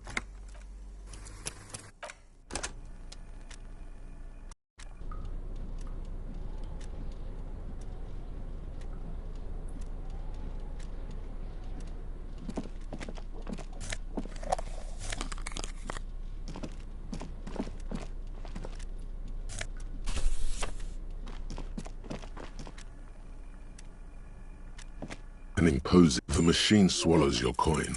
Your fingers run over the dial pad. 005. That calling. Calling. Still calling. Video Revachol, 24-hour video rental. We rent 8 and 10mm film for home use. This is Lamy. How may I help you? The voice of a youngster on the other end sounds as enthusiastic as that of a man walking towards the gallows. Video Revachol is a 24-hour video rental. We rent 8 and 10mm film for home use. This is Lamy. Sir, I don't know. It's a video rental. Maybe you rent videos here. No. Maybe you called to extend your rental period? Do you need to extend your rental period? If you need any further assistance, you can visit us on the corner of Voyager and Main. I can't help you over the phone. Are we done? He thinks you're pulling a prank on him. The call is terminated by the other party. You're left with the discomforting sound of the disconnect tone.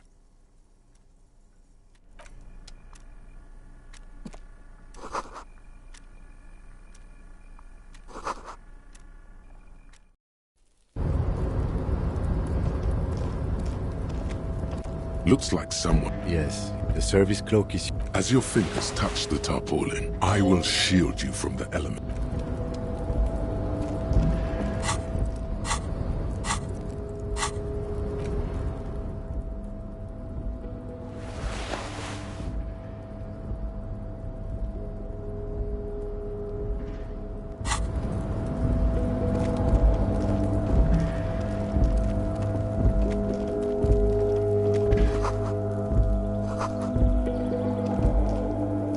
This is the night watchman's booth. The name on the door reads, listen, it's okay to take a few minutes to yourself. Sit down and have a breather.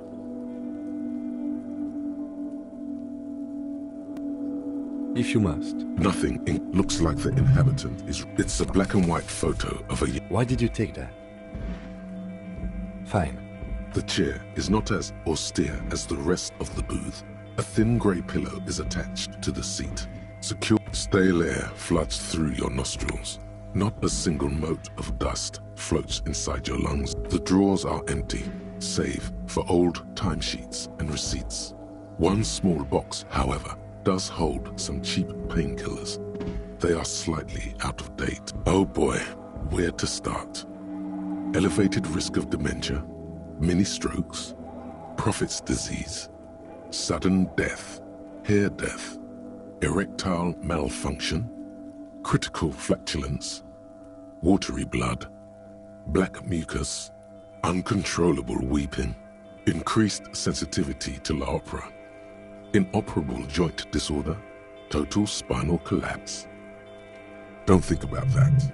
Quick, think about something. The enormity of the case before you dwarfs the list. You take the painkillers. They are yours now.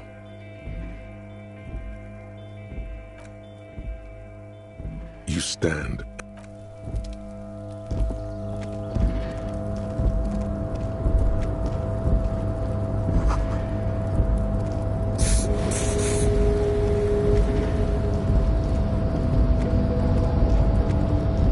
A rustic marsh. On. Arrête. Off. With a loud grind, the crane shifts overhead, moving a massive metal container through the air.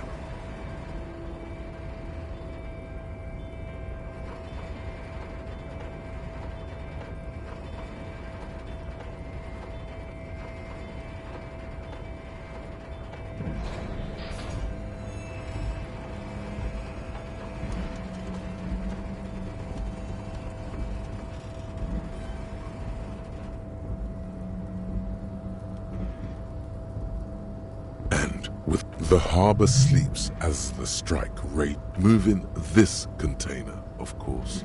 For this purpose it was built. For this purpose it has acted. And now it will rest.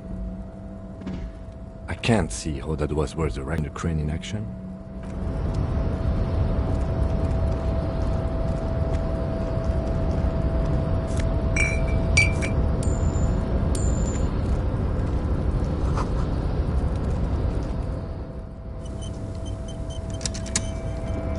Before you stands a cargo container. You do? Because I don't. There are a million containers here. Why are you fixating on this one? It's a cargo container, Detective, just like all the others. We're not here to interact with container. You attempt to turn the handle, to no avail. The doors seem to be mechanically locked. To your left, the lieutenant considers your actions, with some puzzlement. No reply. The knock produces a hollow ring of metal. Doesn't sound like there's anything in...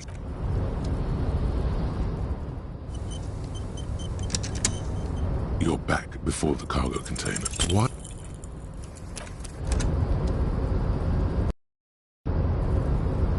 You're back before the cargo container. What?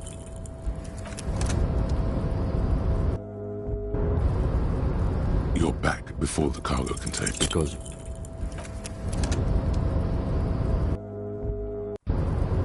You're back before the cargo container. What?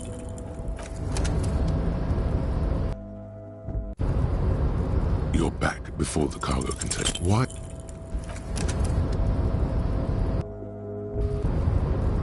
You're back before the cargo container.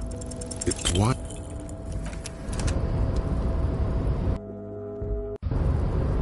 You're back before the cargo container. What?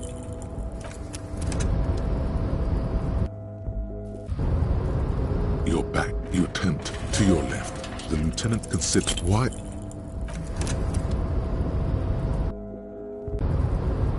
You're back before the cargo container. What?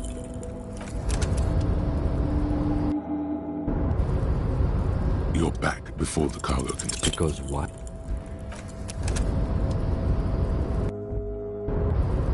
You're back before the cargo container. What?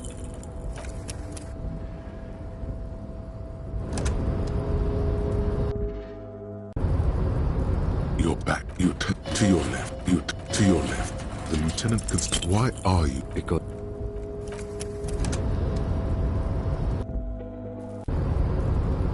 You're back before the cargo container. Despite the dirt that surrounds and trails you, a beacon of light emerges from deep within you. The door stands silent. Satisfied, Detective? Try again. Just like that, you hear a click, then a rattle. Some mechanism unlocks itself inside the door. Ahoy! Come on in! You can't be serious.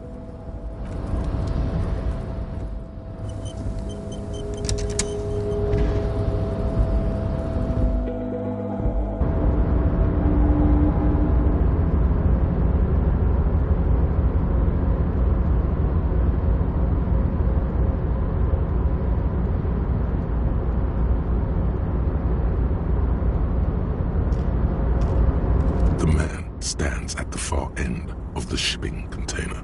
It's hard to say anything more about him. You cannot make out any of his details, but you do feel the overwhelming presence of Capital. The feeling causes all the hairs on your body to stand at attention. Something's amiss. The light beams bend around his face and scatter in 1,000 directions. It seems the laws of physics do not apply here. Trying to visualize the physics at play is liable to give you an aneurysm. In the general stillness, only your tongue moves, flickering as you utter. Welcome, welcome. Not too much actually. Just pleasantly surprised to have company today. You can't hear him exactly, yet you're able to understand every word he says. Now, what can I do for you, gentlemen? Who am I? Oh, I haven't been asked that question for such a long time. I don't meet a lot of people outside my circle these days. Anyhow, my name is Rustam Diodore, investor, license holder, and extremely high net worth individual.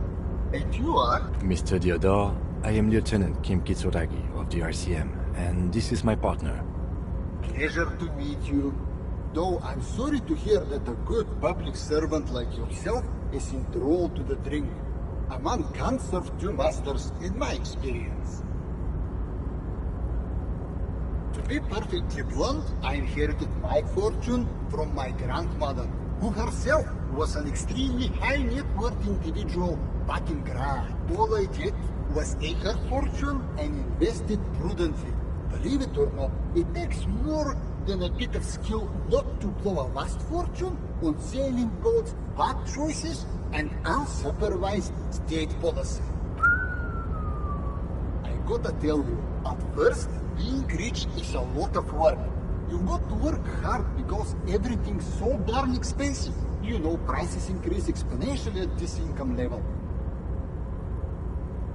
But then, once you've reached my position, it's nearly impossible for me not to make money. My assets are so diversified that I'm bound to come out ahead. Some of my lower net worth friends say to me, but doesn't that take all the fun out of it? And I tell them, not really. Precisely.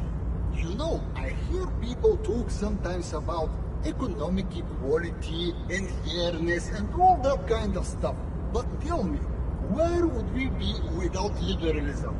In caves, whacking each other with bombs. A nightmare scenario. A world of slavery and violence. Where we are right now, the freedom of mankind can only be derived. It is truly. It's almost entirely carefree. It really leaves you time to better yourself spiritually. Hey, all this talk about money has made you lose the thread. What is going on with the light in this place? That's what you need to ask him about. What do you mean? Are you talking about my chin?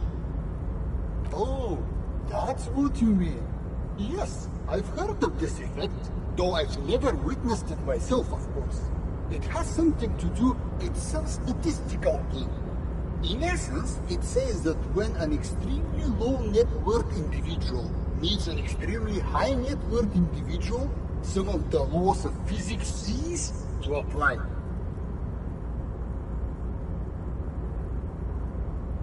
Among other things, but calm down. I am but a lowly single-digit billionaire. No, not really. There are actually quite many digits. A man this chill is at least a triple digit. I see nothing of the sort. To be frank, all I see is a gentleman who's unusually well dressed for Martinez, in a car. By the way, let me now ask you a question. Where are we exactly? Well, as we say in my circle, one person's crushing business failure is someone else's. It's a shame I can't get out and explore myself. One of the downsides of being an extremely high net worth individual is that mobs of low smart, you know? It also provides a need for luxury yachts, high fidelity portable. Don't get me wrong, they're nice things. He speaks from the heart. He has very different problems compared to low net worth individuals, such as yours. What? No, I did not say that at all. Being rich is great. I don't see how it's appropriate for a representative of the law to ask. Come now. There is not even a cent of corruption here. As you may know, us high net worth individuals don't have a lot of cash on hand. Here is 3 real. How much can you get for this? You're welcome. You know, maybe you can make that money grow. Come up with a... These ultra-liberal types love losing huge sums of money on ludicrous proposals. Ergo, you should come up with a plan that's totally dead in the water.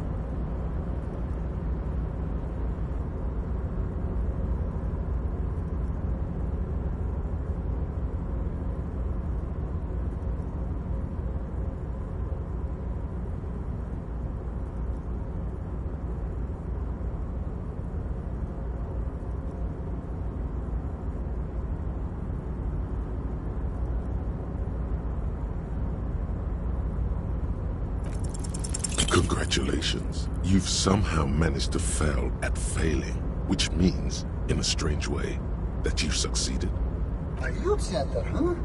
What kind of youth center? A place to teach them practical skills, like teamwork and self-discipline. Come on, tell him what he wants to hear. Brilliant. Without children, who'll be there to buy stuff in the future? When life closes a door, it opens a window, yes? What's the expected return on this?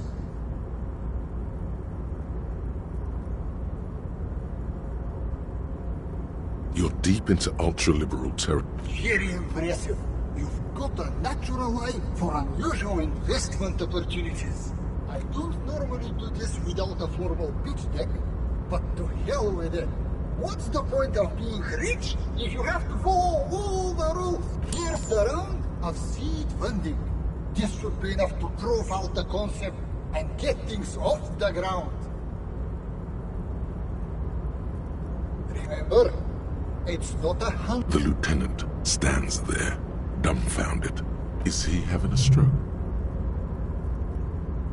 I'm not unimpressed. Let's leave it. Now, was there anything else I could help? Why go so soon? Wow, you work hard. Oh, yes. You hustle. You're a provider. It's tough out there. Oh, yeah. Look at yourself. That is the sign of a hustler who never gives up. The world is harsh. That's just what it's like. Life and death. But you got gills on your side, baby. Got those black. It ain't easy, but you do it. Day in and day out. You didn't make the rules, but you... Sure. And Are you rich? Get out of here. You're a pauper. You work harder than anyone. The guardsman has set himself up one of those self-replicating money structures. You should... That's right. 100%. Every time you wipe your ass, they got their direct and their indirect modes of taxation. Sales tax, excise duty, extraction tax, alimony, one tax. 98% of all your money. What are you not sure about? They're milking your nipples till they bleed. Can't you see? Aren't you sick and tired of having bloody nipples? It's all about the tax issue, hustler. No other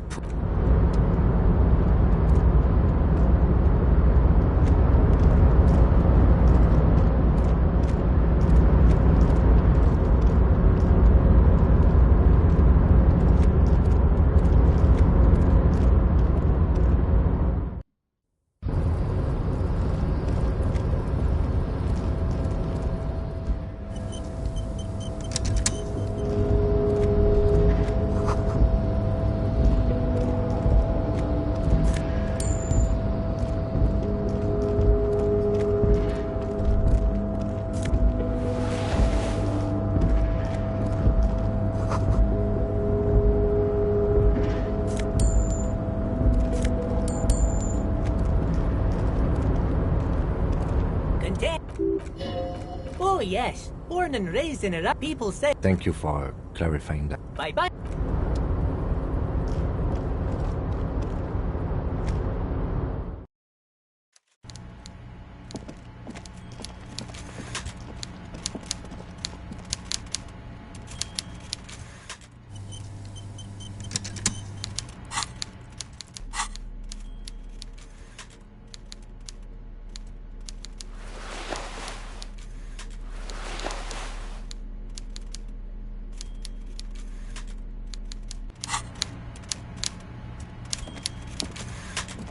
Before you, with great effort, he straightens himself. Welcome, Mr. Dubois, Mr. Kitsuragi. I'm Everard Clare, head of the Debarders Union here in Martinez. I'd offer you my hand, but unfortunately my health prevents me from getting up. He looks extremely comfortable. The tiny folding chair, on the other hand, looks like a torture device. You go ahead, detective. Whatever he has in store for you, it can't be. Forget about that. What's with this Dubois stuff? You're getting some seriously bad vibes from that name. Excellent, Mr. Dubois.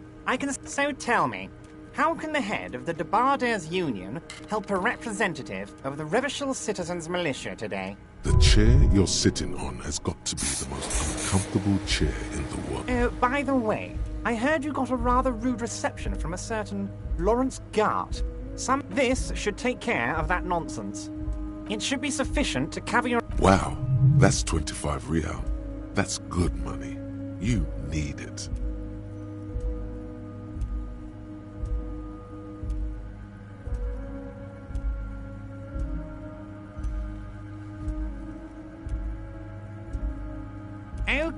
Okay. I respect a man with... Now, I'd like to set your mind at ease about one other matter. Your lost gun. Let me assure you, Union people are on it as we speak. I've got my best hounds looking for that lost gun. His slug-like lips move, but all you hear is an echo. Lost gun, lost gun, lost gun. The world is swallowed by a black hole of fear. Only 2 words escape its gravitational... Are you all right, Harry? You seem anxious. Don't be. Everything's going to be all right. It's not like you left it loaded. You didn't lose a loaded gun. Local children aren't out there playing with it right now, pointing it into their own mouths. It's in a safe place. I just know it. I have a feeling everything's going to be all right. It was loaded. There were 2 bullets in it. You always keep at least 2 barrels loaded. God, you're sweating. Your knee is jerking. You're about to cry, aren't you? You're about to cry because you lost your gun and those children are gonna shoot themselves with it. You want to cry? God, you're weak. Whatever you do, don't cry. He'll think you're disgusting. Mr. Dubois, you don't look so good. What is this, Mr. Dubois? He keeps repeating. What is he trying to pull here? You need to... Mr. Dubois! Mr. Dubois! Harry! Mr. Dubois, are you okay? Can I get you a glass of water or something? Are you having some kind of medical emergency? Maybe you could use your hands somehow, in a kind of throw-in motion, like you're throwing that Mr. Dubois act right back at him. Don't be dramatic. I can... What an odd demonstration of... you got me, Harry. I don't even know what. As entertaining as it was... Okay, enough. We are... Quick, here's your window. It is about time to stop embarrassing yourself. Questions will help you regain some of your lost dignity. Mega-rich light-bending guy? Oh my god! How did that get in there?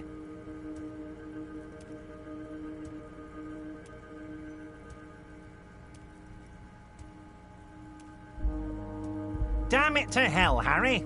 I specifically told my guys to check all the containers for mega-rich light-bending guys.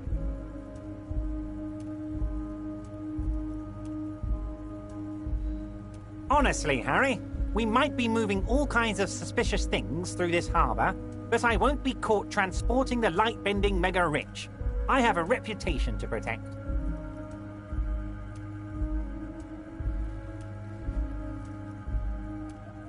You're a fucking idiot, Harry. I love it.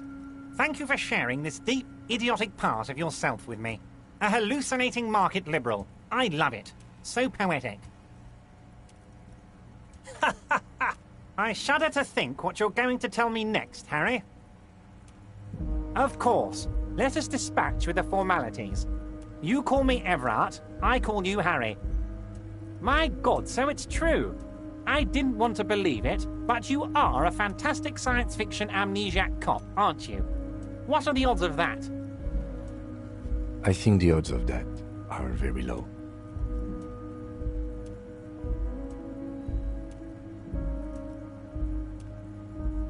I assure you, there's nothing to be ashamed of, Harry. I have a big fat folder on you, Harry. I'm sure you had some concerns you thought I might be able to address. And you were probably right. I can. It's just a brown folder. You can't make out what's written on it. Are you trying to tell me you've gotten hold of some of our documents? Mr. Kitsuragi, would you mind? Me and Harry are talking about his lost identity. Don't just jump to the folder. That's not smart. Shows you're on the edge. Do some probing first. It says... Oh yes, very interesting. It says you're more like a mad prophet than a cop. Always rambling about the end of the world. I'm sure these stories are exaggerated. Of course, Harry. Sin, blood, death, catastrophic loss of life. All those things. And that's why you and I must be prepared. So let's talk about how we can help each other. He's probably just making a guess based on your recent activity in Martinez.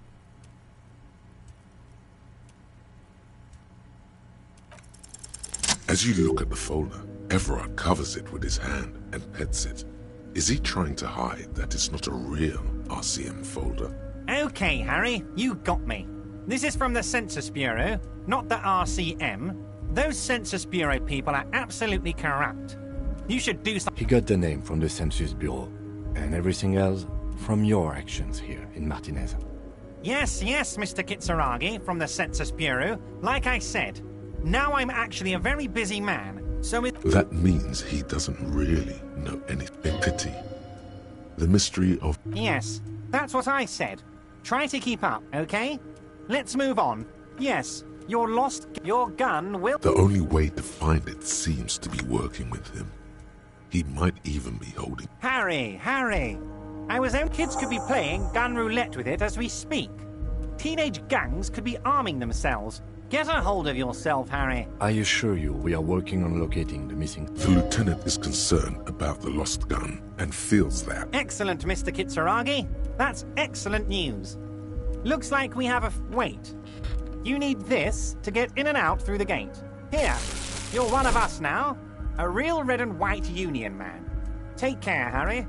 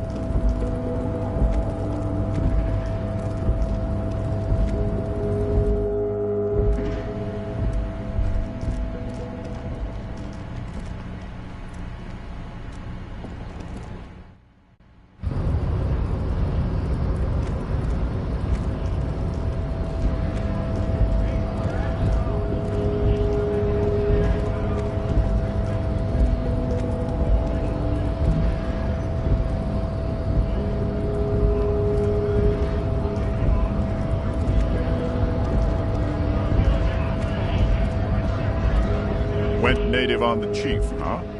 Let's talk about our right. You here to fuck with us?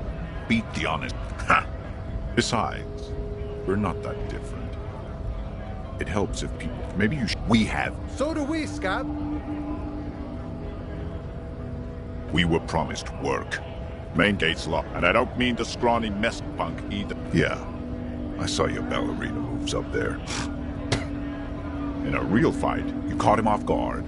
That only happens once. Now he's alert, standing on an... Why don't you go arrest them? It would be better for... No! They will give up eventually. On it, we came... I have a quick... You think they follow because... When a buck beats me... There's something odd. His shirt is far too small. He ignores your question, choosing instead silence is the answer. You've been talking to him for quite a while now. What's it to you? Am I a suspect? Done no... We're all workers, right? workers stick together. Came from the eminent domain, Jamrock. Worked at Territorial. Ring a bell? We're done here. I have a strike to break.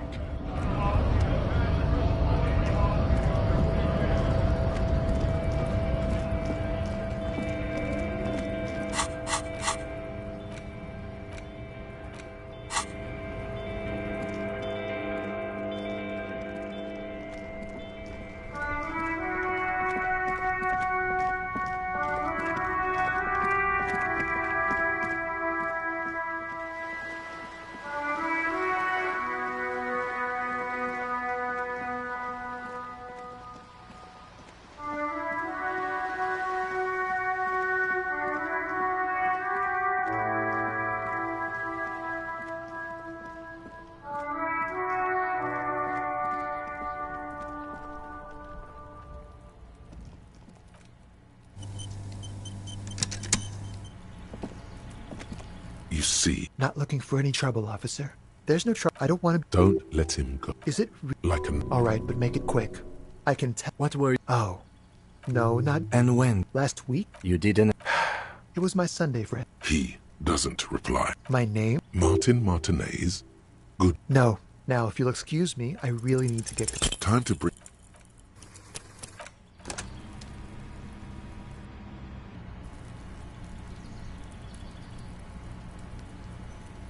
You see. Not looking for any trouble, officer. Sorry. Don't. Is it like a nerve? Alright, but make it... I can... What were... Oh. No, not... And when did... Last week? You didn't... It was my Sunday. He doesn't reply. My name? Martin Martinez. No. Now, if you'll excuse me, I really need to... This isn't the place or time for a moment. I am... But it's a... Good luck with the investigation.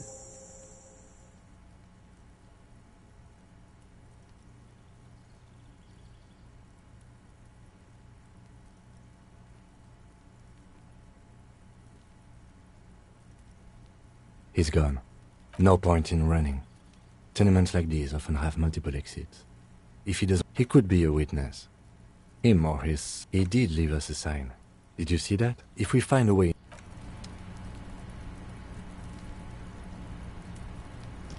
A stone. There's a key in... This must be... We'll just have...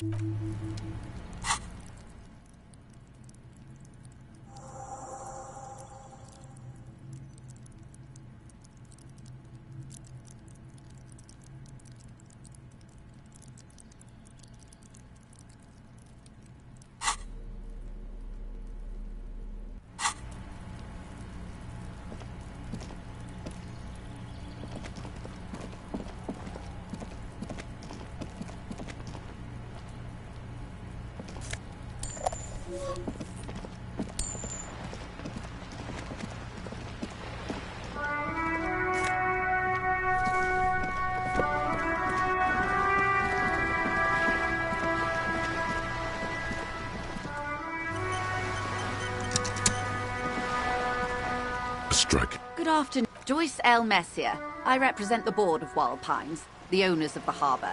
Nothing, honestly. I've said it to every drunk in town, and you're the first one who's responded. What is implied here? That you're a drunk? Of course you're not. It was only a joke. I'm glad to see you here. She is unfazed by your rudeness. Probably chalking it up to look... I was dispatched to handle a strike, not a lynching. Anything I can do to assist the RCM in this matter? That is good to hear, madame. My colleague will take the lead on this interview. I should... There's a trace of irony in his voice. Mischief, even. The lieutenant is hatching something. It happens quicker than a shooting star. But did the lieutenant just wink at you? How interesting. I wish you a swift recovery. It's hard to get a read on her precise disposition. But she appears healthy, is what you want to say. But it is... Look at that lady. Take a gander. Why, yes. Tucked away under that sturdy green raincoat, almost rustic in its simplicity. A silk shirt, while dull orange pearls hang from her hairlobes. Now look at you. You misery-clad simian. Barely able to tie your own laces. You're poor. Poor as balls. You can't ask this person for money. You're too...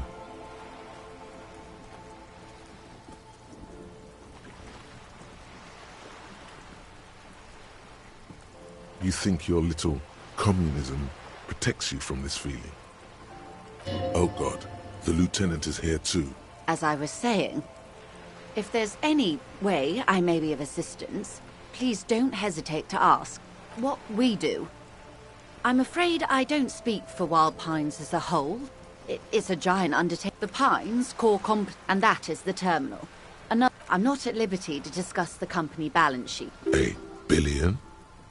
It's a number, officer. It's made of 1,000 millions. A million is made of 1,000 thousands. Yes, past a certain point, numbers begin to seem imaginary, but they are quite real. A conglomerate the size of Wild Pines is like a shark. If it stops moving and growing, they started. As an exploration and centuries of care, deliberation and madness have gone into this. You mean aside from being the terminal's legal owners, who are responsible for moving 8% of the world's cargo? There are no minor cogs in the system. Each terminal must be accounted for, lest the entire system break. With your help, hopefully, says her warm tone.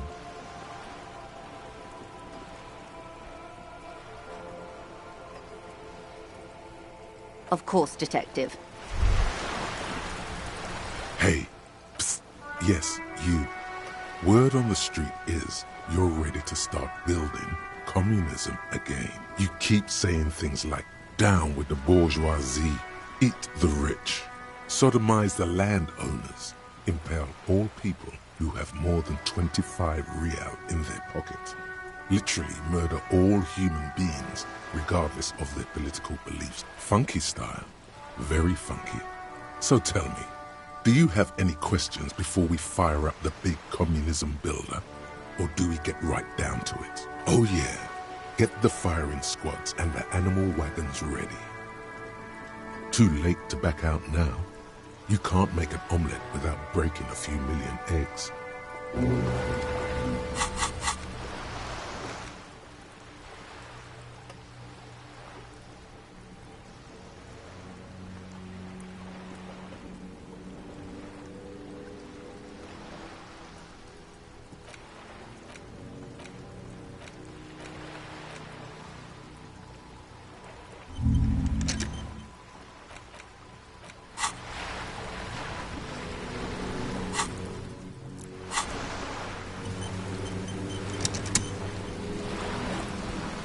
You're back.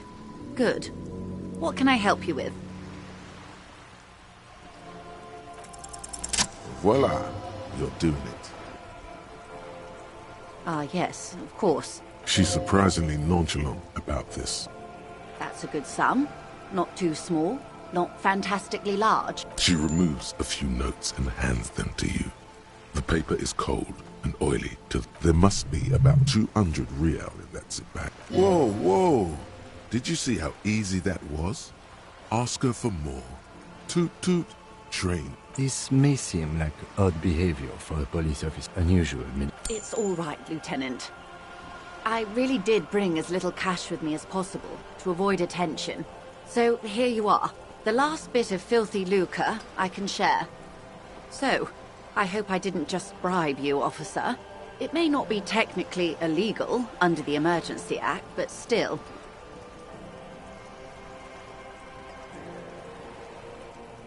You're right, ma'am, that donations are permitted under the Emergency Act, unseemly as it may be, as long as they are properly logged with the precinct. Which he most certainly will do. Now, how else can I help the RCM today, besides supplementing its salaries? Everything. Right up to, but not including, trade secrets. I believe the official title is Senior Labor... And how are the talks going? They're not. Wait, she just admitted that the lynching and the strike are connected. Now they won't even let me into the harbor. There's a 2-meter-20 racist behemoth blocking the gates. Yes, Jean-Luc Measurehead. Yes, I believe there is a... She's resolute in this, yet you sense that she wants to tell you. Let's say And when did you... I arrived 3 weeks ago. But the strike began in... I wasn't the original negotiator here. I took over after Mr. Gaumont hit a wall with Mr. Clare, the union boss. Mr. Clare refused to speak with Gaumont despite concessions. This isn't the first time the Union... Heavens, no. There have been 2 prior strikes. Both times the Union won significant... The scabs. You mean... Don't let her answer it herself.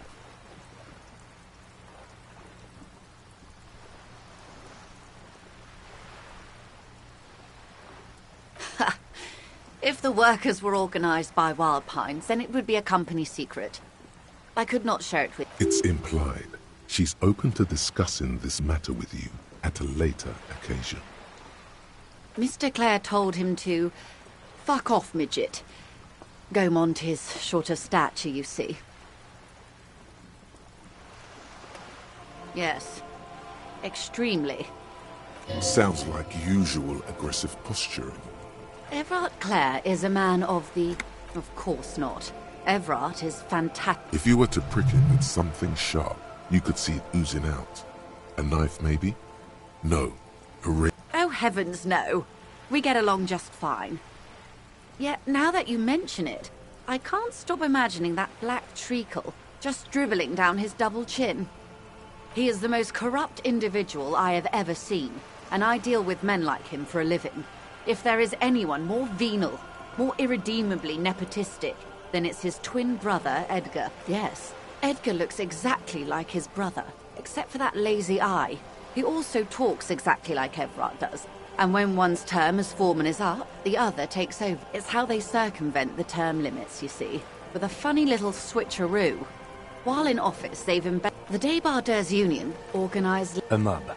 The Débardeurs... Refreshingly... And your opinion, detective? If I may ask. I'm... Indeed. And a hungry one. Sadly, Wild Pines have cooperated with what amounts to a crime syndicate for 2 decades. I'm glad you asked. Disappear. Yes. This forewoman, her name? Sadly, the company records do not downright haunt the point of the... Thank you for your concern, ma'am. We'll be just fine. Of course. How else can I help? This... All right, we're in.